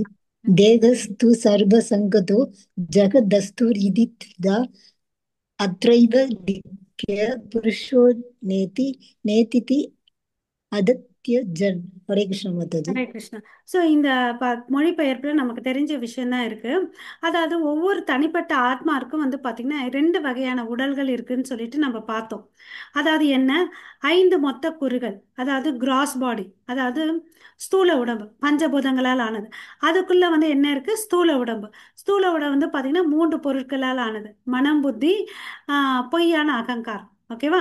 இந்த ஒரு நுட்பத்தை ஒருத்தன் வந்து இதுதான் நுட்பமானது. ஓகே. இந்த உடலுக்குள்ள தான் இந்த ஆன்மீக ஆன்மா உள்ளது அப்படின்னு சொல்லிட்டு சொல்றார். ஒருவர் பகுப்பாய்வு மூலம் ஆன்மாவை கண்டுபிடித்து இது அது அல்ல, அது இது அது அல்லன்னு அப்படின்னு தெரிஞ்சு என்று கூற வேண்டும். எனவே ஒருவர் ஆன்மாவை ஜடத்திலிருந்து பிரிக்க வேண்டும். பாடி அண்ட் ஸ்பிரிட் மாதாஜி அதை தான் சொல்றாங்க, ஜடல் மற்றும் ஆத்மா. ஓகேங்களா. ஸோ மறுபடியும் பொருள் உரையில பிரபுபாதா என்ன சொல்றாருன்னு பார்த்தீங்கன்னா, ஏற்கனவே சொல்லியிருக்கிற மாதிரி சர்வ சர்வானாம் யதா கிரவாசு ஹேமகாரக க்ஷேத்ரேஷு யோகைஸ் தத் அபிக்ன அப்னுயாத். ஒருத்தன் வந்து பார்த்தீங்கன்னா இந்த எக்ஸ்பர்ட், இந்த மண்ணெல்லாம் படிச்சிருக்கவன் வந்து பார்த்தீங்கன்னா எக்ஸ்பர்ட்டாக இருந்தேன், எங்கே வந்து மண்ணு தங்கம் கிடைக்கும் அங்கே சொல்லுவான். அதாவது நம்ம இன்னும் சிம்பிளாக புரிஞ்சுக்கணுன்னா, நம்மலாம் வீட்டில் வந்து போர்வெல் போடும்போது ஒருத்தரை கூட்டிகிட்டு வருவோம் இல்லைங்களா. அவங்க சொல்லுவாங்க, அந்த ஒரு இது மாதிரி எடுத்துகிட்டு வருவார் இல்லையா, அவங்க வீட்டுக்குள்ளே போவாங்க, எங்கே தண்ணி இருக்குது, நீர் தேக்கம் வந்து எங்கே நல்லா இருக்குன்னு சொல்லிட்டு கண்டுபிடிப்பாங்க. அந்த பாயிண்ட்ல தான் நம்ம வந்து போர்வெல் போடுவோம். ஆமாவா இல்லையா. இது எல்லார் வீட்லையும் நம்ம பண்ணியிருப்போம் இல்லைங்களா. ஆமா மாதாஜி. ஆமா இல்லைங்களா. அது மாதிரிதான் இந்த தங்கத்தை இந்த சாயில வந்து நல்லா படிச்சிருக்காங்க. மண் ஆய்வில் நிபுணர் வந்து பாத்தீங்கன்னா தங்கம் எங்க இருக்குன்னு நல்லா தெரிஞ்சுப்பான். ஓகேவா. அவனுக்கு தான் பக்குவம் இருக்கு, இந்த தங்கத்தையும் கல்லையும் வந்து எப்படி பிரிச்சு எடுக்கலாம்னு சொல்லிட்டு. அதுக்கு என்ன யூஸ் பண்றான்னா பாத்தீங்கன்னா நைட்ரிக் அமிலத்தை வந்து சேர்க்கிறான். ஓகேவா. சேர்த்து அவன் பிரிக்கிறான்.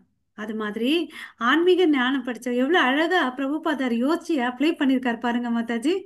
அவருக்கு தெரியும் போல நம்ம எல்லாம் வந்து சாதாரணமா ஆத்மாவை உடலை பத்தி சொன்னா புரிஞ்சுக்க மாட்டாங்கன்னு சொல்லிட்டு ஒரு எக்ஸாம்பிள் கொடுத்து சொல்றாரு பாருங்க.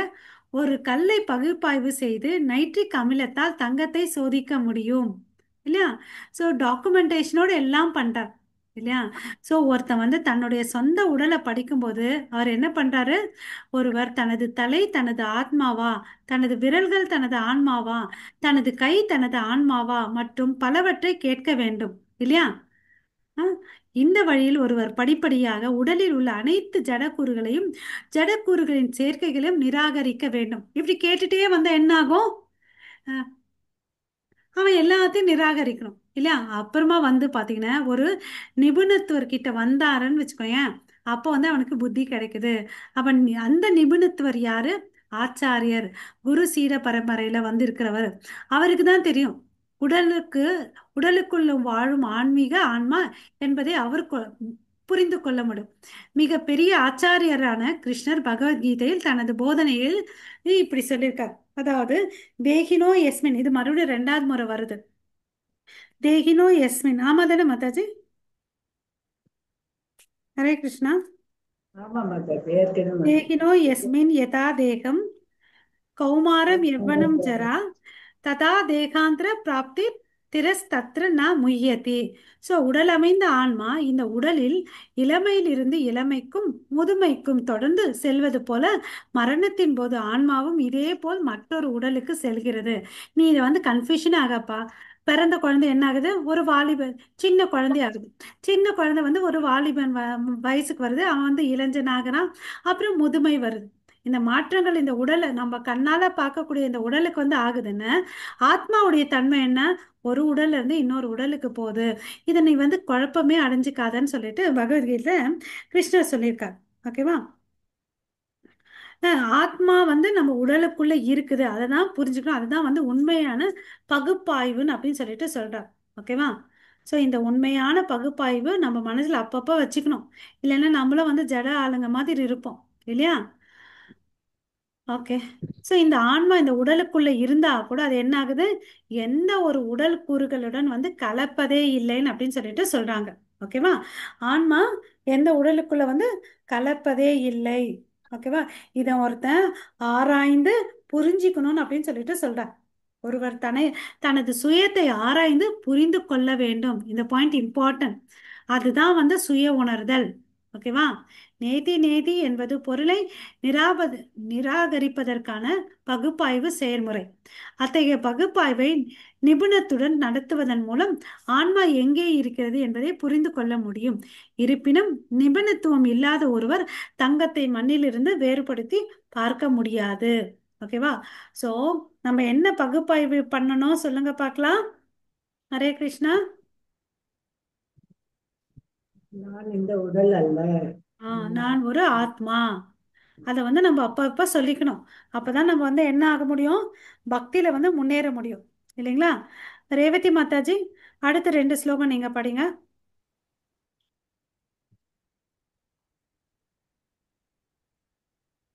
ரேவதி மாதாஜி இல்லையா?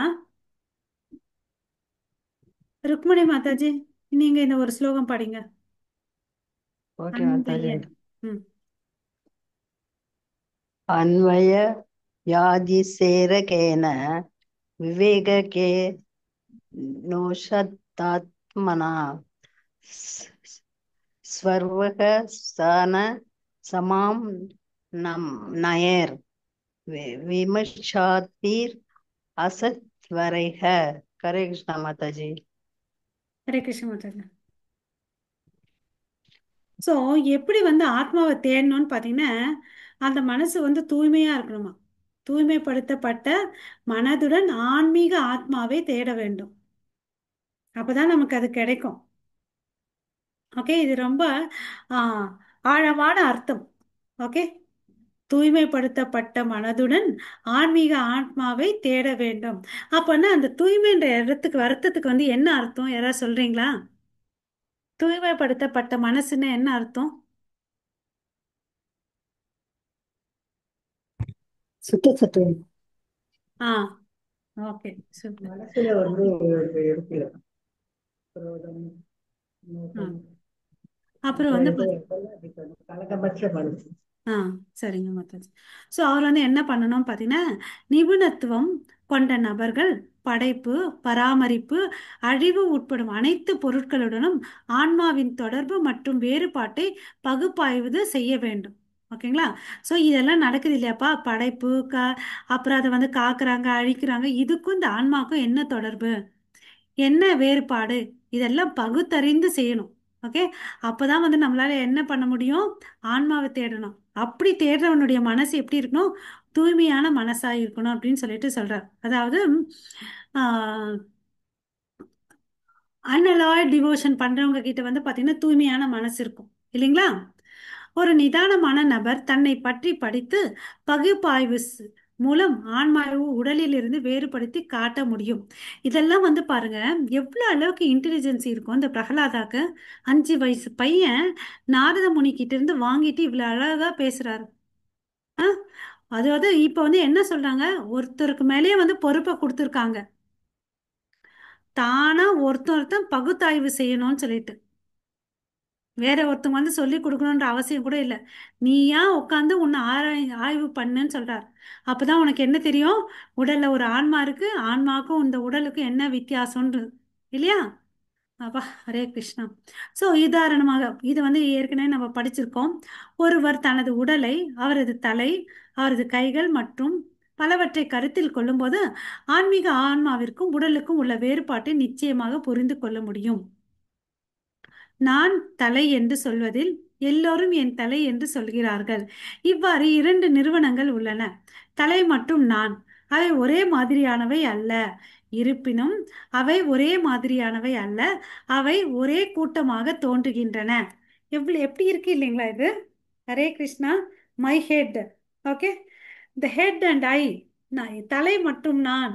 ஆ, இது பார்க்கறதுக்கு ஒரு மாதிரி தான் இருக்கு, பட் வித்தியாசமா தான் இருக்கு இல்லையா? நானே தலை, என் தலைன்னு சொல்றதுக்கும் வந்து நான் தலை, என் தலைன்னு சொல்றதுக்கும் வித்தியாசம் இருக்கு இல்லைங்களா? ஹரே கிருஷ்ணா. ஸோ இப்போ வந்து ஒருத்தர் வந்து கேள்விகள் கேட்கலாம். ஆ, அதாவது ஒன் மே ஆர்கியூ. எப்படி நம்ம உடலை வந்து ஆய்வு பண்ணும்போது தலைகள் இருக்கு, இந்த உடல்ல வந்து பல அங்கங்கள் இருக்கு. கை, கால், வயிறு, ரத்தம், எலும்பு, சிறுநீர், மலம் போன்றவை எல்லாத்தையும் பார்க்குறோம். இது எல்லாவற்றையும் மனசுல வச்சுக்கிட்ட பிறகு ஆன்மாவின் இருப்பு எங்கேன்றத ஒருத்தர் வாதிடலாம். ஓகேவா? இது நிதானமான மனிதன் இந்த வேத அறிவுறுத்தலை பயன்படுத்துகிறான். ஓகேங்களா? ஸோ இது நான் கை, கரல் அதெல்லாம் சொல்லலாம். அப்போ ஒரு கேள்வி வரும், நியாயமான கேள்வி, ஆத்மா எங்கே இருக்குன்னு சொல்லிட்டு இல்லையா? அதுக்கு அடுத்தது என்ன சொல்றாரு? யதோவா இமானி பூதானி ஜாயந்தே ஏன ஜாதானி ஜீவாந்தி யத் பிராயந்தி அபிஷ் அபிஷம் விஷந்தி தத் விஜிஞானஸ்வ தத் பிரம்மேதி. ஓகேவா? தைத்திரிய உபனிஷத்துல சொல்லியிருக்காங்க. ஸோ இந்த பொருட்கள்லாம் சொன்னேன் இல்லையா, கை, தலை, கால், இதெல்லாம் சேர்ந்து தான்ப்பா இந்த உடல். இந்த உடல் வந்து வளரணும்னா அதுக்குள்ள என்ன இருக்கணும்? குறிப்பா ஆத்மா இருக்கணும். ஆத்மா இல்லைன்னு வச்சுக்கோயேன், அது இருக்குமா? வளரவே வளராது இல்லையா? அதாவது இதுக்கு வந்து என்ன சொல்றாங்கன்னு பார்த்தீங்கன்னா, ஒரு இடத்துல அவர் சொல்றாரு, அதாவது ஒரு இறந்த குழந்தை வளரவில்லை ஏனெனில் அதுக்கு ஆன்மா இல்லை இல்லையா? ஒரு குழந்தை வந்து பிறக்கும் போதே வந்து சில குழந்தை வந்து இறந்துட்டு பிறக்கும் இல்லையா? அப்போ வந்து அதை வந்து என்ன பண்ணுவாங்க? அடக்கம் தான் பண்ணுவாங்க. யாரும் வீட்டில் வச்சுட்டு இருக்க மாட்டாங்க. இன்கேஸ் அப்படி வச்சிருந்தா கூட என்ன ஆகும்? வளருமா? வளராது. ஏன்னா அதுக்குள்ள ஆத்மா இல்லை. ஓகேவா? உடலை கவனமாக பகுப்பாய்வதன் செய்வதன் மூலம் ஆன்மாவின் இருப்பை கண்டுபிடிக்க முடியவில்லை என்றால் அது அவரது அறியாமை. ஓகேங்களா? ஸோ யார் ஒருத்தன் வந்து அனலிசிஸ் பண்றானோ அவனுக்கு வந்து கண்டிப்பா தெரியணும். தெரியலன்னா அவன் வந்து அறியாமையில இருக்கிறான்றத பொருள். ஓகேங்களா? பொருள் சார்ந்த செயல்களில் முழுமையாக ஈடுபட்டுள்ள ஒரு மோசமான மனிதன் ஆன்மாவை எவ்வாறு புரிந்து கொள்ள முடியும்? அது எதுக்கு சார்? அது ஒரு முடியின் நுனியில் 10,000ல் ஒரு பங்கு உள்ளது இல்லையா? ஸோ அது வெறும் சிறிய துகளா தான் இருக்குன்னு அப்படின்னு சொல்லிட்டு சொல்றார். ஓகே, அப்புறம் அது பார்த்தீங்கன்னா இந்த உடலோட அது கலப்பது இல்லைன்னு பார்க்குறார் இல்லையா? ஓகே, ஸோ இதுதான் நமக்கு வேதங்களும் சொல்லி இருக்குது. ஸோ இந்த அறிஞர்கள்லாம் என்ன சொல்றாங்க, வேதியியல் செயற்கையினால இந்த உடல் வந்து வருது அப்படின்னு சொல்றாங்க. ஆனா அதுக்கு சக்தி எங்க இருந்து வருது? உடல் வேணா தயாரிக்கலாம், மூலக்கூறல் மேல. உயிருள்ள சக்தி எங்க இருந்து வருது? அந்த ஆத்மா மற்றும் பரமாத்மாவை தான் அடிப்படை. அந்த வளர்ச்சிக்கு காரணம் ஆத்மா. ஓகேங்களா? ஸோ இதை வந்து இன்னொரு எக்ஸாம்பிள் கொடுக்குறாங்க. ஒரு மரத்தின் இருப்பு காரணமாக அதன் பழம் வளர்ந்து 6 வகையான மாற்றங்களுக்கு உட்படுகிறது. மரம் இல்லை என்றால் பழத்தின் வளர்ச்சி மற்றும் முதிர்ச்சி பற்றி கேள்வி இருக்க முடியாது இல்லையா? மரம் இல்லைன்னா பழமும் இருக்காது, மலரும் இருக்காது. ஓகேவா? ஆகையால் உடலின் இருப்புக்கு அப்பால் பரமாத்மாவும் ஆத்மாவும் உடலுக்கு உள்ளன. இவங்க 2 பேர் இருக்கிறதுனால தான் அந்த உடலுக்குள்ள வந்து மாற்றங்கள் நடக்குதுன்றத சொல்றாங்க. ஓகேங்களா? எப்படி மரம் இல்லைன்னா பூவு இலைக்கு வந்து கேள்வியே இல்லை, இருக்காது. அது மாதிரி இந்த பாயிண்ட் நம்ம தெளிவா புரிஞ்சுக்கணும். ஆத்மா பரமாத்மா இல்லைன்னா இந்த உடலுக்கு வந்து எந்த செயலும் இல்லை. அதுதான் வந்து பகவத்கீதையில சொல்லியிருக்காங்க. தேகினோ யஸ்மின் யதா தேகே கௌமாரம் எவ்வனம் ஜரா. இதை 3வது முறையா எங்க பிரபுபாதா வந்து கோட்பாடு பண்றார். ஓகே. உடல் என்பது வந்து பாத்தீங்கன்னா பரம புருஷனின் இருப்பு மற்றும் இறைவனின் ஒரு பகுதியாக இருக்கும் ஜீவனின் இருப்பு காரணமாக உள்ளது. 2 பேருடைய இருப்பு தான் இந்த உடல், ஆத்மா மற்றும் பரமாத்மா. அதை மறுபடியும் வந்து பகவத்கீதையில இருந்து மேற்கோட்டுக்கு ஆக்குறாரு பிரபுபாதா. அந்ய அன்வாய வியாதி வியாதி ரேகேன விவிக்கேனோ விவிக்கேனோ ஆத்மானா ஸ்வர்கஸ்தான சம. நான் ஏதோ படிக்கிறேன். மாயா ததம் இதம் சர்வம் ஜெகத் அவ்யக்த மூர்த்தினா மத்ஸ்தானி சர்வபூதானி ஞாச்சாகம் தேஷ் அவஸ்திதா. ஓகேங்களா? என்னால் எனது வெளிப்படாத வடிவத்தில் இந்த முழு பிரபஞ்சம் வியாபித்துள்ளது. அனைத்து உயிரினங்களும் என்னில் உள்ளன, ஆனால் நான் அவற்றில் இல்லை. இது நமக்கு எல்லாருக்கும் தெரிஞ்சு படிச்சிருக்கோம் இல்லைங்களா? பகவத்கீதையில அவர் எல்லா இடத்துல வந்து வியாபிச்சிருக்காரு. எல்லா உயிரினங்கள் வந்து என்கிட்ட இருக்கு, பட் நான் எதுலையுமே இல்லை அப்படின்னு சொல்றார் இல்லையா? ஸோ அதனால தான் கடவுளை நம்ம என்ன சொல்றோம்? ஓம்னி பொட்டன்ட், ஓம்னி பிரசன்ட்னு அப்படின்னு சொல்றோம் இல்லைங்களா? ஓகே. ஸோ வேதங்கள் என்ன சொல்லியிருக்காங்க? சர்வ கல்வம் இதம் பிரம்மா, எல்லாம் பிரம்மம் அல்லது பிரம்மத்தின் சக்திகளின் விரிவாக்கம். ஓகே.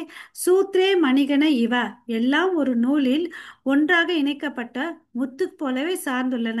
நமக்கு இந்த உதாரணம் நல்லா தெரியும். ஒரு மணிமாலை வந்து கோத்து வச்சிருக்கோம், அந்த முத்துக்கள்லாம் வந்து கோக்கப்பட்டிருக்கு. அது எதை தாங்கி இருக்குது, எதனால ஒன்னா தாங்கப்பட்டு இருக்குதுன்னு பார்த்தீங்கன்னா அந்த கண்ணுக்கு தெரியாத நூலால தாங்கப்பட்டிருக்குது. அது மாதிரிதான் இங்க பகவான் வந்து கண்ணுக்கு தெரியாம இருக்கிறாரு. ஓகேங்களா? ஹரே கிருஷ்ணா.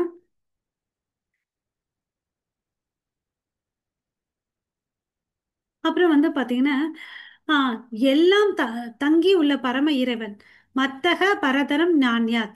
எனவே நாம் ஆத்மா மற்றும் பரமாத்மாவை படிக்க வேண்டும். தனிப்பட்ட ஆத்மா மற்றும் பரமாத்மா முழு ஜட பிரபஞ்ச வெளிப்பாடு தங்கி உள்ளவர். ஓகேயா? இதுதான் வேதங்கள் என்ன சொல்லியிருக்காங்க. யதோவா இமானி பூதானி ஜான் ஜாயந்தே ஏன ஜாதானி ஜீவந்தி மூலம் விளக்கப்படுகிறது. ஓகேங்களா? ஹரே கிருஷ்ணா. ரேவதி மாதாஜி,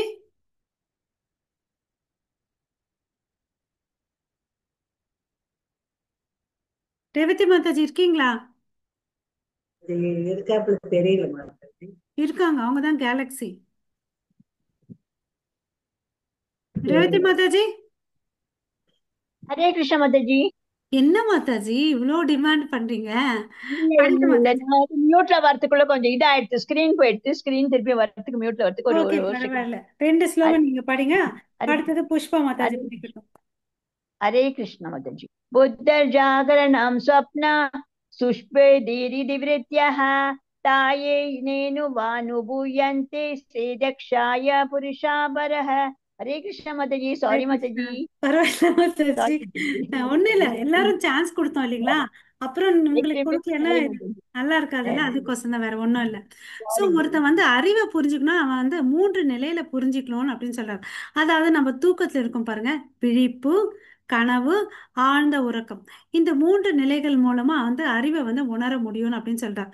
இந்த 3ஐயும் உணரும் நபர் மூல எஜமானர், ஆட்சியாளர், பரமபுருஷ பகவான் என்று கருதப்படுவர்.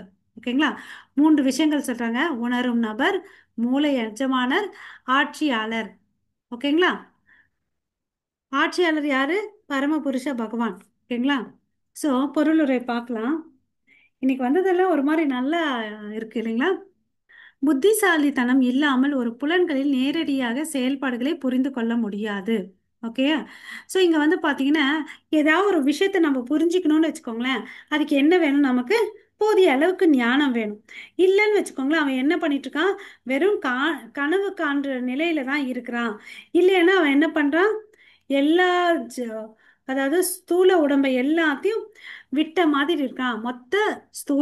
மொத்த மற்றும் நுட்பமான செயல்பாடுகளின் நிறுத்தத்தையே புரிந்து கொள்ள முடியாதுன்னு சொல்லிட்டு சொல்றாங்க. ஓகே.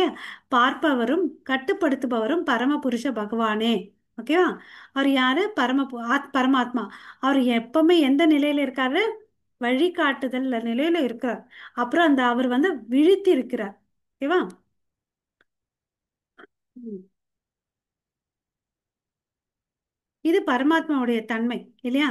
அவரது வழிகாட்டுதலின் மூலம் தனிப்பட்ட ஆத்மா விழித்திருக்கும் போதும் தூங்கும் போதும் மற்றும் முற்றிலும் மயக்கத்தில் இருக்கும்போது புரிந்து கொள்ள முடியும். ஸோ பரமபுருஷனை வந்து பக்குவத்தோட இருக்கிறவனால இந்த 3 நிலைகளையும் பரமபுருஷ பகவானை புரிஞ்சுக்கிறான் அப்படின்னு சொல்றார். அதுதான் பகவத்கீதையில என்ன சொல்றாங்கன்னா, சர்வசிய சாகம் ரிதி சந்நிவிஷ்டோ மத்த ஸ்மிருதி ஞானம் அப்போகனம் ச. நான் அனைவரின் இதயத்திலும் அமர்ந்திருக்கிறேன். என்னிடம் இருந்து நினைவு, அறிவு மற்றும் மறதி வருகிறது.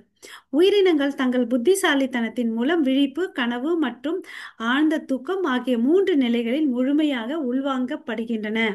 இந்த புத்திசாலித்தனம் தனிப்பட்ட ஆன்மாவுடன் ஒரு நண்பராக இருக்கும் பரமபுருஷ பகவானால் வழங்கப்படுகிறது.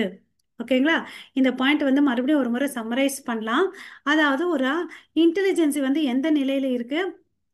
நம்ம இங்க பார்த்தோம், விழிப்பு, கனவு, ஆழ்ந்த உறக்கம். ஓகேவா?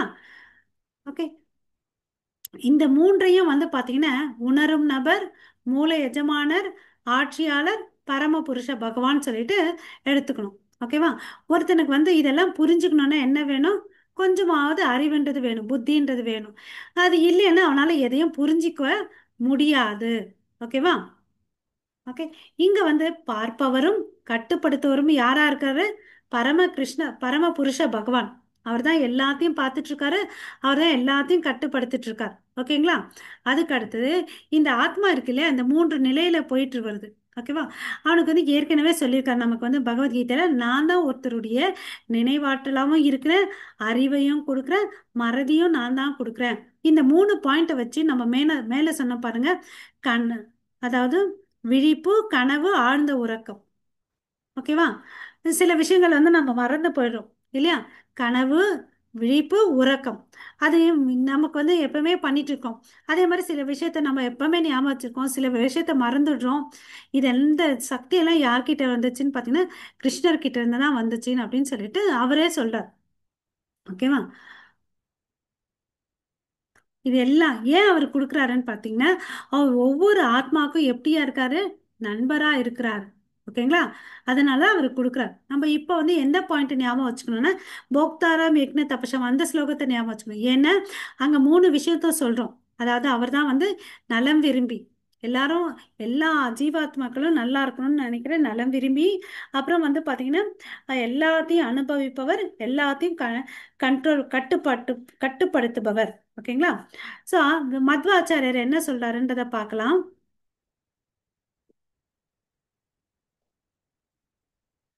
உயிர் வாழினங்களை வந்து மத்வாச்சாரியர் என்ன சொல்றாங்கன்னு பார்த்தீங்கன்னா, சத்வ புத்தின்னு அப்படின்னு சொல்லிட்டு சொல்றாங்க. எப்பன்னா, எப்போ தன்னுடைய வாழ்க்கையில வரக்கூடிய வலி சந்தோஷத்துக்கு மேல அவன் தன்னுடைய வாழ்க்கையை நடத்திட்டு போயிட்டு இருக்கானோ, அப்ப வந்து அவன் எந்த ஸ்தலத்துல இருக்கான்னு பார்த்தீங்கன்னா, சத்வ புத்தின்ற இடத்துல இருக்கிறான் அப்படின்னு சொல்றாங்க. ஓகே. அவனுக்கு வந்து பாத்தீங்கன்னா ஒரு கனவு காணும் நிலை கூட இருக்கு, ஒரு கனவு நிலை இருக்குது. அது என்னன்னு பாத்தீங்கன்னா, மத்த ஸ்மிருதி ஞானம் அப்போகனம் சான் அப்படின்னு சொல்றாங்க. ஓகேவா? அந்த நிலையில வந்து அவனுக்கு என்ன வருது? அவரை புரிஞ்சுக்கக்கூடிய நிலை வருதுன்னு சொல்றாங்க. ஓகேவா? அதாவது என்ன புரிதல்? பகவான் தான் வந்து நம்ம இப்ப சொன்னோம் இல்லைங்களா, எல்லாத்தையும் கட்டுப்படுத்துபவர், கட்டுப்பாட்டாளர். அவர் தான் வந்து உயர்ந்தவர், கட்டுப்பாட்டாளர்ன்ற ஞானம் அவனுக்கு வருது அப்படின்னு சொல்றான். அப்போ வந்து என்ன கிடைக்குது, அவர்கிட்ட இருந்து தான் வந்து வழிகள் கிடைக்குது. ஓகே, அவர் வழிகாட்டுதல் மூலமாக இந்த உயிர் வாழிகள் வாழ்கின்றது அப்படின்னு சொல்லிட்டு இங்க சொல்றார். ஓகே, சோ ஒருவர் தனது புத்திசாலித்தனத்தால் பரமபுருஷ பகவானை புரிஞ்சிக்கணும்னு சொல்லிட்டு சொல்றாங்க. ஓகேங்களா மாதாஜி, இதெல்லாம் புரிஞ்சிச்சுங்களா உங்களுக்கு? ஹரே கிருஷ்ணா.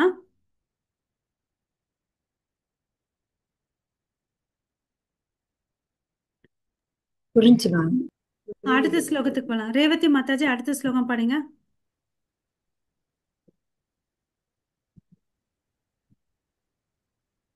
ரேவதி மாதாஜி.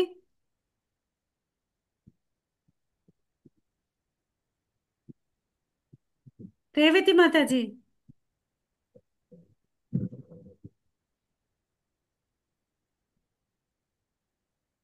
சரி, நீங்க யாராவது படிங்க மாதாஜி. அவங்க ரெண்டு ரெண்டு சொன்னோம் இல்லைங்களா, ரெண்டு கொடுக்கலான்னு பார்த்தா அவங்க இல்ல. நீங்க படிங்க. यपि स्त्रीवर्णैः पर्यस्तैर्बुद्धिभेदै क्रियोद्भवै स्वरूपमात्मनो बुद्ध्येत् गन्धैर्वायुं दिवान्वयत् हरे कृष्ण।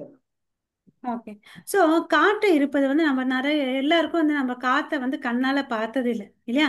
பட் காற்று இருக்கிறத வந்து அந்த இருப்பை வந்து நம்ம புரிஞ்சுக்க முடியும். எப்படி? வாசனை.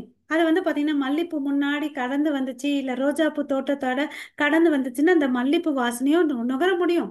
ரோஜாப்பூடைய வாசனத்தையும் வந்து நுகர முடியும். அதே ஒரு சாக்கடையை கடந்து வந்தான்னா அந்த கொப்பையும் உணர முடியும் இல்லையா?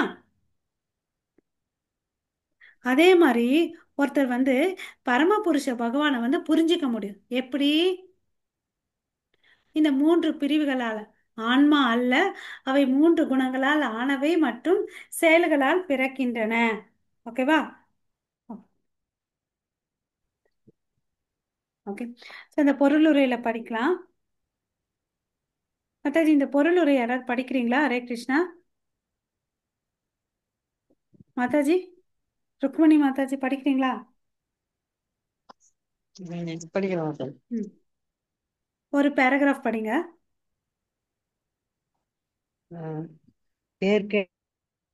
ஏற்கனவே விளக்கியது போல்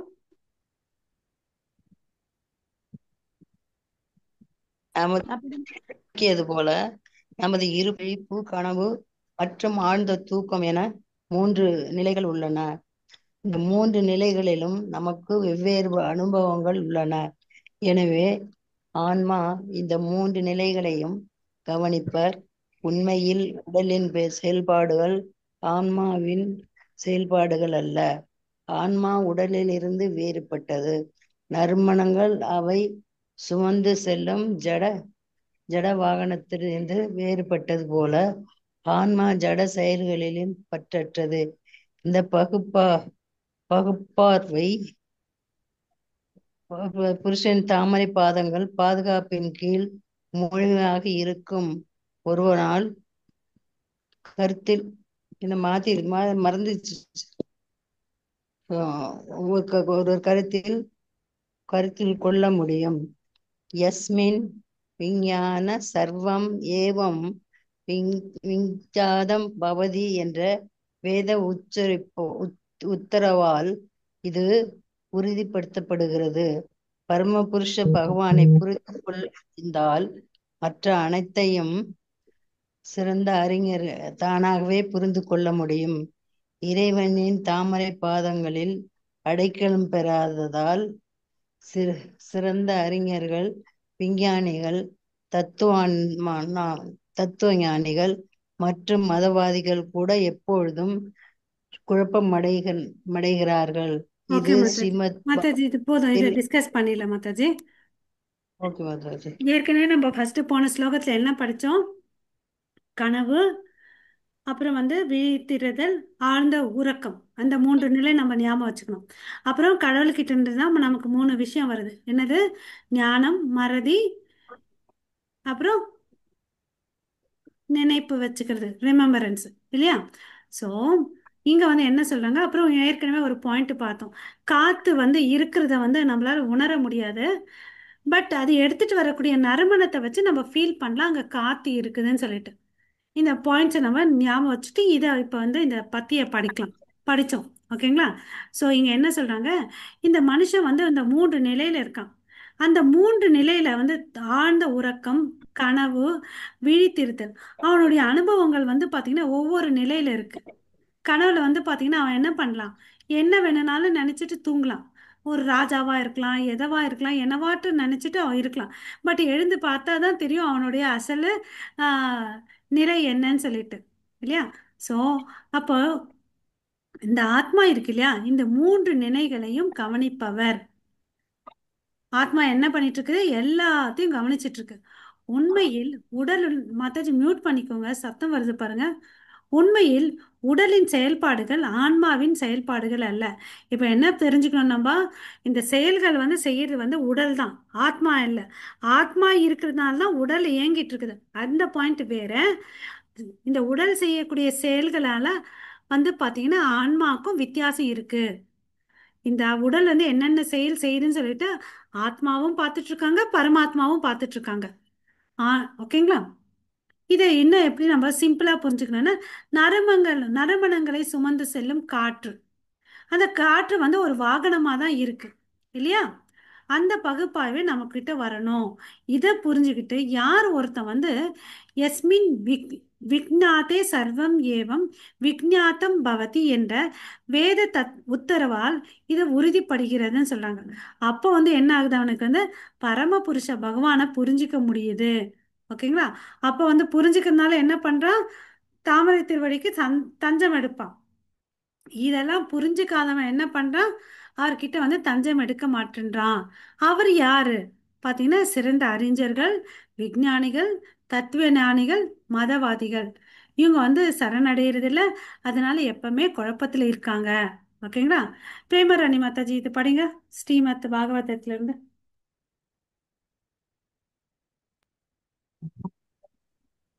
நான் படிக்கட்டுமா மாதாஜி? ரேவதி மாதாஜி வாங்க, உங்க சாய்ஸ் தான் இப்போ. வாங்க வாங்க. इन्द्रियाणि पrini आहुरिन्द्रियेभ्यः परं मनः मनसस्तु परा बुद्धिर्यो बुद्धेः परस्तस्तु दच। हरे மேல कृष्णा। இருக்கிறது ரெண்டும் படிங்க. हरे ஏ कृष्णा। நீயே, हाँ, ஏ हरे நீயே. ये अनि ये रविन्दाक्षा विमुक्ता मनिना त्वयि अस्तभावात् अविशुद्ध बुद्धयः। हरे कृष्ण माताजी। ஓகே.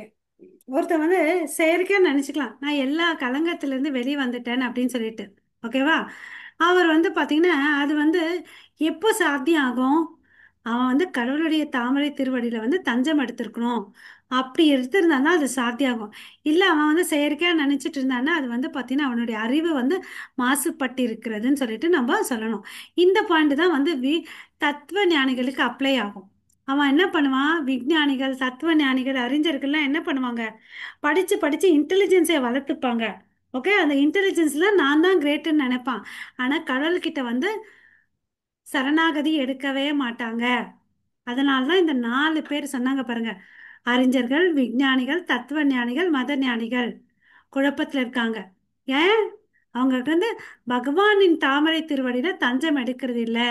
அதனால அவங்க அறிவு இருந்தும் அவங்க அறிவு வந்து முழுமை இல்ல, கலங்கம் உள்ளது. இப்ப புரிஞ்சுச்சா யசோமதி மாதாஜி, விஸ்வா மாதாஜி? ஆ, இந்த மாதாஜி பிரேமர் இது படிச்சிட்டீங்க இல்லையா? புலன்களுக்கு மேலே மனம் இருக்கிறது, மனதிற்கு மேலே அறிவு இருக்கிறது, அந்த அறிவுக்கு மேலே வந்து புத்திசாலித்தனம், அந்த புத்திசாலித்தனத்துக்கு மேலே ஆன்மா இருக்கு. ஓகேங்களா? கீழே இருந்து படிக்கட்டு போயிட்டு இருக்காங்க. கீழே வந்து மனசு, அதுக்கு முன்னாடி பார்த்தீங்கன்னா வச்சுக்கோங்களேன் ஜடம், நம்ம பகவத்கீதையில தான் படிச்சிருக்கோம். ஜடம், அப்புறம் வந்து புலன்கள், மனம், மனத்துக்கு மேல அறிவு, அறிவுக்கு மேல வந்து புத்திசாலித்தனம், அதுக்கு மேல உயர்ந்த நிலையில இருக்கிறது வந்து ஆத்மா. ஓகேவா? சோ இறுதியில் வந்து பாத்தீங்கன்னா ஒருத்தர் என்ன சேவை செய்யணும், பக்தி சேவை செய்யணும். அப்பதான் அவனுடைய அறிவு வந்து தெளிவா இருக்குது, மாசு இல்லாம இருக்குது அப்படின்னு சொல்றார். ஓகேவா? இதுதான் வந்து புத்தி, பகவத்கீதையில என்ன சொல்லியிருக்காங்க, ததாமி புத்தி யோகம் தம் ஏன மாம் உப்பயந்தி தே ஞானம், இல்லையா? பக்தி சேவை செய்து வளர்ந்து ஒருவரின் அறிவு தெளிவாகும் போது ஒருவர் தனது புத்தியை பயன்படுத்தி இறைவனிடம் திரும்ப முடியும். ஓகேவா? புத்தி வச்சுக்கிட்டு ஒன்றும் பிரயோஜனம் இல்லை, அந்த புத்தியை வச்சு கடவுள்கிட்ட தஞ்சம் அடையணும். அப்பதான் அது நல்ல புத்தி. ஓகேங்களா? ஓகே. பிரேமராணி மாதாஜி இந்த ஸ்லோகம் படிங்க. இவங்க இல்லையா இப்போ மாதாஜி? இருக்கு இருக்கேன் படிங்க மாதாஜி. ஹரே கிருஷ்ண. ஹரே கிருஷ்ண. ஏதத்வாரோ ஹி சம்சாரோ குணகர்ம நிபந்தனக அஞ்ஞான மூடோ பார்த்தோபி பும்ச ஸ்வப்ன இவார்யதே. ஹரே கிருஷ்ண மாதாஜி. ஹரே கிருஷ்ணா. ஸோ இங்க இப்போ என்ன சொல்றாங்க, அப்படியே அந்த மொழிபெயர்ப்பு படிங்க மாதாஜி. ஓகே. மாசுபட்ட புத்தியின் மூலம் ஒருவர் இயற்கையின் இயற்கையின் குணங்களுக்கு ஆளாகிறார். இதனால் ஒருவர் பொருள் இருப்பால் கட்டுப்படுத்தப்படுகிறார். ஒருவர் பொய்யாக துன்பப்படும் கனவு நிலையை போல அறியாமையால் ஏற்படும் பொருள் இருப்பு தேவையற்றதாகவும் தற்காலிகமாகவும் கருதப்பட வேண்டும். ஹரே கிருஷ்ண. ஹரே கிருஷ்ணன். இங்க என்ன சொல்றாரு, புத்தி வந்து மாசுபட்டு இருக்குது இல்லையா? அதனால அவன் என்ன ஆகுறான், இயற்கையின் குணங்களுக்கு ஆளாகிறான். இயற்கையின் குணம்னா இங்க என்ன, 3 குணங்கள், ரஜோ தமோ அண்ட் சத்வகுணம். இதனால அவன் என்ன பண்றான், இதனோட சம்மந்தம் வச்சிருக்கிறதுனால பொருள் மேல பற்றுதல் வச்சிட்டு இருக்கான். அப்ப என்ன ஆகுது, தூங்கிட்டு இருக்கும்போது நமக்கு ஒரு கனவு வரும் பாருங்க, நான் தான் ராஜா ராணின்ற மாதிரி. அந்த நிலையில இருந்துட்டு இதுக்கு எல்லாத்துக்கும் நான் தான் காரணக்கர்த்தான்னு நினைச்சிட்டு இருக்கான். அப்ப அந்த இருக்கிற நிலை என்ன, பொய்யான நிலை, கனவுல வாழ்ந்துட்டு இருக்க மாதிரி. நிஜமான வாழ்க்கையில கூட இவன் புலன்களை வச்சிட்டு இருக்க பற்றுதனாலும் அறிவின்மையாலும் வாழ்ந்துட்டு இருக்கான் அப்படின்னு சொல்றாங்க. ஸோ அவனுடைய இருப்பு எங்க இருக்கு, அறியாமையில இருக்கு. ஸோ அறியாமைனால என்ன பண்ணிட்டு இருக்கான், இந்த தேவையற்றது எல்லாத்தையும் சரி, தற்காலிகமா இருக்கிறது எல்லாத்தையும் வந்து பாத்தீங்கன்னா தேவைன்னு நினைச்சுக்கிறான், நிரந்தரமானதுன்னு நினைச்சுக்கிறான். இந்த பாயிண்ட்ஸ் புரிஞ்சிச்சுங்களா? சிம்பிளா சொல்லணும்னா புரிஞ்சிச்சு இல்லைங்களா? அறியாமையில இருக்கிறான். அதனால அவனுக்கு என்ன தோணுது, தேவையில்லாத விஷயத்தை எல்லாம் தேவையாகன்னு தோணுது. தற்காலிகமான விஷயத்த வந்து நிரந்தரமா எடுத்துக்கிறான். ஓகேங்களா? இது எதனால, மாசுபட்ட புத்தினாலும் இந்த இயற்கையின் சம்பந்தத்தாலும் இவனுக்கு அந்த நிலைமை ஏற்படுது. கனவான கனவுல ஒருத்தன் எப்படி இருப்பானோ அது மாதிரி நிஜமாவே அந்த மனிதன் வாழ்ந்துட்டு இருக்கான் அப்படின்னு சொல்றார். ஓகேவா? இந்த காரணத்துக்கு, இந்த நிலைக்கு, அவன் தேவையற்ற நிலைக்கு காரணம் அறியாமை. ஓகேவா? அதாவது இந்த உடலுக்கு வந்து ஏற்கனவே சொன்னதான் இங்க பிரபுபாதா சொல்றாரு, அந்த உடலுக்கு வந்து 6 மாற்றங்கள் இருக்குது. இது வந்து அவனுக்கு தெரியும். அதே வந்து பாத்தீங்கன்னா ஆத்மாக்கு இல்லை. ஓகேவா? ஒரு குறிப்பிட்ட தேதியில் உருவாக்கப்பட்டு ஒரு குறிப்பிட்ட தேதியில் முடிவடைவதால் ஜட உடல் வந்து என்னது, தற்காலிகமானது இல்லையா?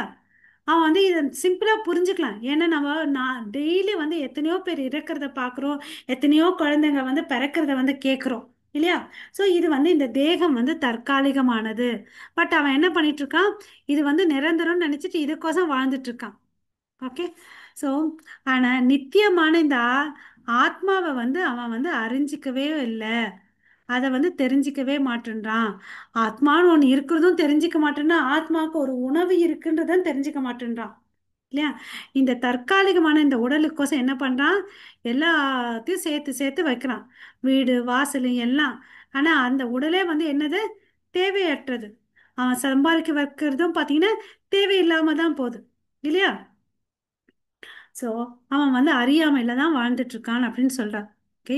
இருப்பினும் ஆன்மீக ஆன்மாவை அத்தகைய தற்காலிக உடலுக்குள் நுழைய வேண்டிய அவசியமில்லை. ஓகே. அவர் தனது அறியாமை அல்லது கிருஷ்ணரை மறந்ததன் காரணமாக மட்டுமே அவ்வாறு செய்கிறார். ஓகேவா? இப்போ ஒரு கேள்வி கேட்கலாம், சரிப்பா இந்த தற்காலிகம் உடல், அழியக்கூடிய உடலை ஏன் ஆத்மாவை வைக்கணும்னு ஒரு கேள்வி கேட்கலாம் யாராவது ஒருத்தங்க. ஏன்னா அவன் வந்து இஷ்டப்படுறான், நான் வந்து அனுபவிக்கணும், அவனோட சுய இச்சையின் காரணமாக தான் இந்த பூ உலகத்தில் வந்திருக்கான். ஓகேங்களா? அதுக்கு வந்து கிருஷ்ணர் வந்து ஒரு வாய்ப்பை கொடுத்துருக்கார், அவ்வளவுதான். எனவே மனித வாழ்க்கையில் ஒருவரின் அறிவு வளர்ந்தவுடன் கிருஷ்ணரை புரிந்து கொள்ள முயற்சிப்பதன் மூலம் ஒருவர் தனது கனவை வந்து என்னவா மாற்றணும், நனவாக மாற்ற வேண்டும். பின்னர் ஒருவர் விடுதலை பெற முடியும். புரியுதுங்களா? கொஞ்சம் அறிவு வந்துச்சுன்னு வச்சுக்கோங்களேன், அந்த அறிவை வச்சு வேதங்களை படிச்சு கிருஷ்ணரை புரிஞ்சுக்கணும். இதுதான் வந்து பகவத்கீதையில சொல்றார். அதாவது என்னுடைய பிறப்பு, என்னுடைய செயல்கள் எல்லாம் வந்து யாரு புரிஞ்சுக்கிறானோ அவன் கண்டிப்பா என்ன மறுபடியும் பிறக்கிறதே இல்லை. ஏன்னா என்னுடைய செயல்கள் எல்லாம் வந்து பாத்தீங்கன்னா நித்தியமானதுன்னு அப்படின்னு சொல்றார். அந்த ஸ்லோகம் என்னன்னு பார்த்தோன்னா, ஜென்ம கர்ம ச மே திவ்யம் ஏவாம் யோ வேதி தத்வதः தெக்த்வா தேகம் புனர்ஜென்ம நைத்தி மாம் ஏதி சோ அர்ஜுனான் அப்படின்னு சொல்லிட்டு யா அர்ஜுனனுக்கு வந்து சொல்லியிருக்காரு கிருஷ்ணர். ஓகேவா? என்னுடைய தோற்றம் செயல்கள் எல்லாம் வந்து திவ்யமானது. இது எவன் ஒருத்தர் வந்து கரெக்டாக புரிஞ்சுக்கிறானோ அவனுக்கு வந்து மறுபடியும் பிறப்பு இல்லை, அவன் என்னுடைய நித்திய லோகத்துக்கு வரான்னு சொல்றார். ஓகேங்களா? அந்த அறிவு தான் நமக்கு தேவை. ஓகேவா? இந்த நிபந்தனை வாழ்க்கையை முடிவுக்கு கொண்டு வர முடியும் இதை செஞ்சுக்கிட்டா. ஓகேவா? அதுதான் பரமபுருஷ பகவான் என்ன சொல்றாரு, சர்வ தர்மான் பரித்யஜ்ய மாமேகம் சரணம் விரஜ. ஓகேவா? மகாராஜா ரிஷபதேவர் என்ன சொல்றாருன்னு பார்த்தீங்கன்னா, நாச்சாது மன்யே யதா ஆத்மனோ யாத்மனோ எம் அசன் அபிக்லேஷாத அசதேக. ஒருவர் உடல் வந்து பார்த்தீங்கன்னா தற்காலிகமானது, நீண்ட காலம் நீடிக்காது என்றாலும் அவன் என்ன பண்ணிட்டு இருக்கான், உடல் இருக்கும் வரை இந்த ஜடை இருப்பின் வேதனையை அனுபவிக்க வேண்டும் என்பதை அவன் புரிந்து கொள்ளணும். புரிஞ்சுக்கொண்டு அவன் கொஞ்சம் புத்திசாலியா இருக்கிறான் இல்லையா? நல்ல சகவாசத்துடன் என்ன பண்ணோம், அவன் ஆன்மீக குருவை வந்து அடையணும். அப்போ வந்து கிருஷ்ண உணர்வை வந்து ஏத்துக்குன்னா அவனுக்கு என்ன ஆகுது, இந்த நிபந்தனைக்குள்ள இருக்க வாழ்க்கையிலிருந்து வெளியே வரான். ஓகே, இந்த ஜடை இறப்பு வாழ்க்கைக்கு வந்து அழிவு ஏற்படுகிறது. அதனால அசலான உணர்வு எது நமக்குன்னு பார்த்தீங்கன்னா கிருஷ்ண உணர்வு. அப்போ வந்து அந்த புத்துயிர்வு ஏற்படுகிறது. ஓகேங்களா? ஸோ ரிவைவிங் த ரிலேஷன்ஷிப், கடவுளுக்கும் நமக்கு இருக்கக்கூடிய உறவை வந்து உயிர்ப்பித்திருக்கிறான் ஞானம் வந்த உடனேன்னு சொல்லிட்டு ரிஷபதேவர் சொல்றார். ஓகேவா? இந்த உணர்தல் பரம இறைவனின் அருளால் மாத்திரமே சாத்தியமாகும். இது வந்து பகவத்கீதையில அவர் சொல்லியிருக்காரு. என்னன்னு அது அவரும் சொல்லியிருக்காரு, சைத்தன்ய மகாபிரபுவும் சொல்லியிருக்காரு. ஓகே, முட்டாள்தனமான உயிரினத்தை குறிப்பாக மனித சமுதாயத்தில் விழித்தெழச் செய்யும் நலத்திட்டங்களில் அனைவரும் ஈடுபடுத்துவதே ஆகும். இதன் மூலம் அவர் கிருஷ்ண உணர்வின் நிலைக்கு வந்து நிபந்தனையை வாழ்க்கையிலிருந்து விடுதலை பெற்று பயனடைய முடியும் அப்படின்னு சொல்றார். அதாவது நம்ம எல்லாம் வந்து கட்டுண்ட ஆத்மாக்கள், கட்டுண்ட வாழ்க்கை வாழ்ந்துட்டு இருக்கோம். ஸோ இதுல இருந்து வெளியே வரணும்னு சொல்லிட்டு கிருஷ்ணரும் விருப்பப்படுறாரு, அப்புறம் சைத்தன்ய மகாபிரபுவும் சொல்றார். ஓகே, மத்வாச்சாரியர் என்ன சொல்றாரு, அந்த ஸ்லோகம் படிங்க மாதாஜி. ஹரே கிருஷ்ணா. हरे ஹரே कृष्ण கிருஷ்ணா. माताजी। ம். तथा दुष्कम अवाप्येते तथा जागरति अभिदु जानानपि आत्मनो दुष्कहम अवस्तु प्रवर्तते। हरे कृष्ण माताजी। ஸோ இங்க வந்து ஒருத்தன் என்ன புரிஞ்சுக்கணும்னா, இந்த ஜட உலகம் இருக்குது இல்லையா, இது வந்து துக்காலயம், இது வந்து அசாஸ்வத துக்காலயம், இங்க வந்து துக்கங்கள் நிறைய இருக்குது அப்படின்றத அவன் புரிஞ்சுக்கணும். ஓகேங்களா? இது இங்க இருக்கக்கூடிய வாழ்க்கையும் வந்து பாத்தீங்கன்னா தேவையற்ற தற்காலிக வாழ்க்கை, ஒரு கனவு வாழ்க்கை. இதை வந்து அவன் புரிஞ்சுக்கணும். அதை புரிஞ்சுக்கணும்னா அவனுக்கு எப்படியாப்பட்ட அறிவு வேணும், தூய்மையான அறிவு இருக்கணும். இல்லைன்னா கனவு காண்ற மாதிரி தான் வந்து இருப்பான். கனவுல வந்து தலையை கட் பண்ணிட்டான்னா அவனால வலியை உணர முடியுமா? இல்லை தானே? டப்புன்னு எழுந்து உக்காந்துப்பான் இல்லையா? அறியாமை வந்து பார்த்தீங்கன்னா ஒரு கனவு காணும் போது மட்டுமல்ல, விழித்திருக்கும் போதும் துன்பப்படுகிறது தான். கனவு என்னது, நம்ம இத்தனை நாள் என்ன நினைச்சிட்டு இருந்தோம், படுத்தா தூங்கினா வருது அந்த கனவு நினைச்சிட்டு இல்ல, வாழ்ந்துட்டு இருக்கும் போதே வந்து கஷ்டப்பட்டு வாழ்றோம் பாருங்க, துன்பப்பட்டுட்டு, அது கூட கனவு வாழ்க்கை. ஏன்னா இங்க என்ன கிளாரிட்டியை கொடுக்குறாருன்னு பார்த்தீங்கன்னா, இது வந்து ஃபர்ஸ்ட் பாயிண்ட் நம்ம புரிஞ்சுக்கணும். இது போன பத்தியில தான் சொன்னாரு, இது வந்து துக்காலயம், இங்க கஷ்டம்தான் இருக்கும் அப்படின்னு சொல்லிட்டு. அப்படித்தானே இந்த பத்தியே ஆரம்பிச்சிச்சு. இந்த எண்டிங்ல இருக்கு, ஒன் மஸ்ட் ரியலைஸ் ஜட துன்பங்களுக்கு ஆளாகிறார். ஓகேங்களா? இந்த உலகத்துல வந்து அறியாமையில இருந்தா பல ஜட துன்பங்கள் இருக்குது, அது கூட ஒரு விதமான கனவு வாழ்க்கை தான் சொல்றார். ஓகேவா? ஸோ பகவானுடைய கருணையை நம்ம இல்லாம இருந்தோம்னு வச்சுக்கோங்களேன், நம்ம அறியாமையிலையும் கஷ்டத்துல தான் இருக்கணும்ன்ற அப்படின்னு சொல்றார். ஓகேங்களா? ஹரே கிருஷ்ணா.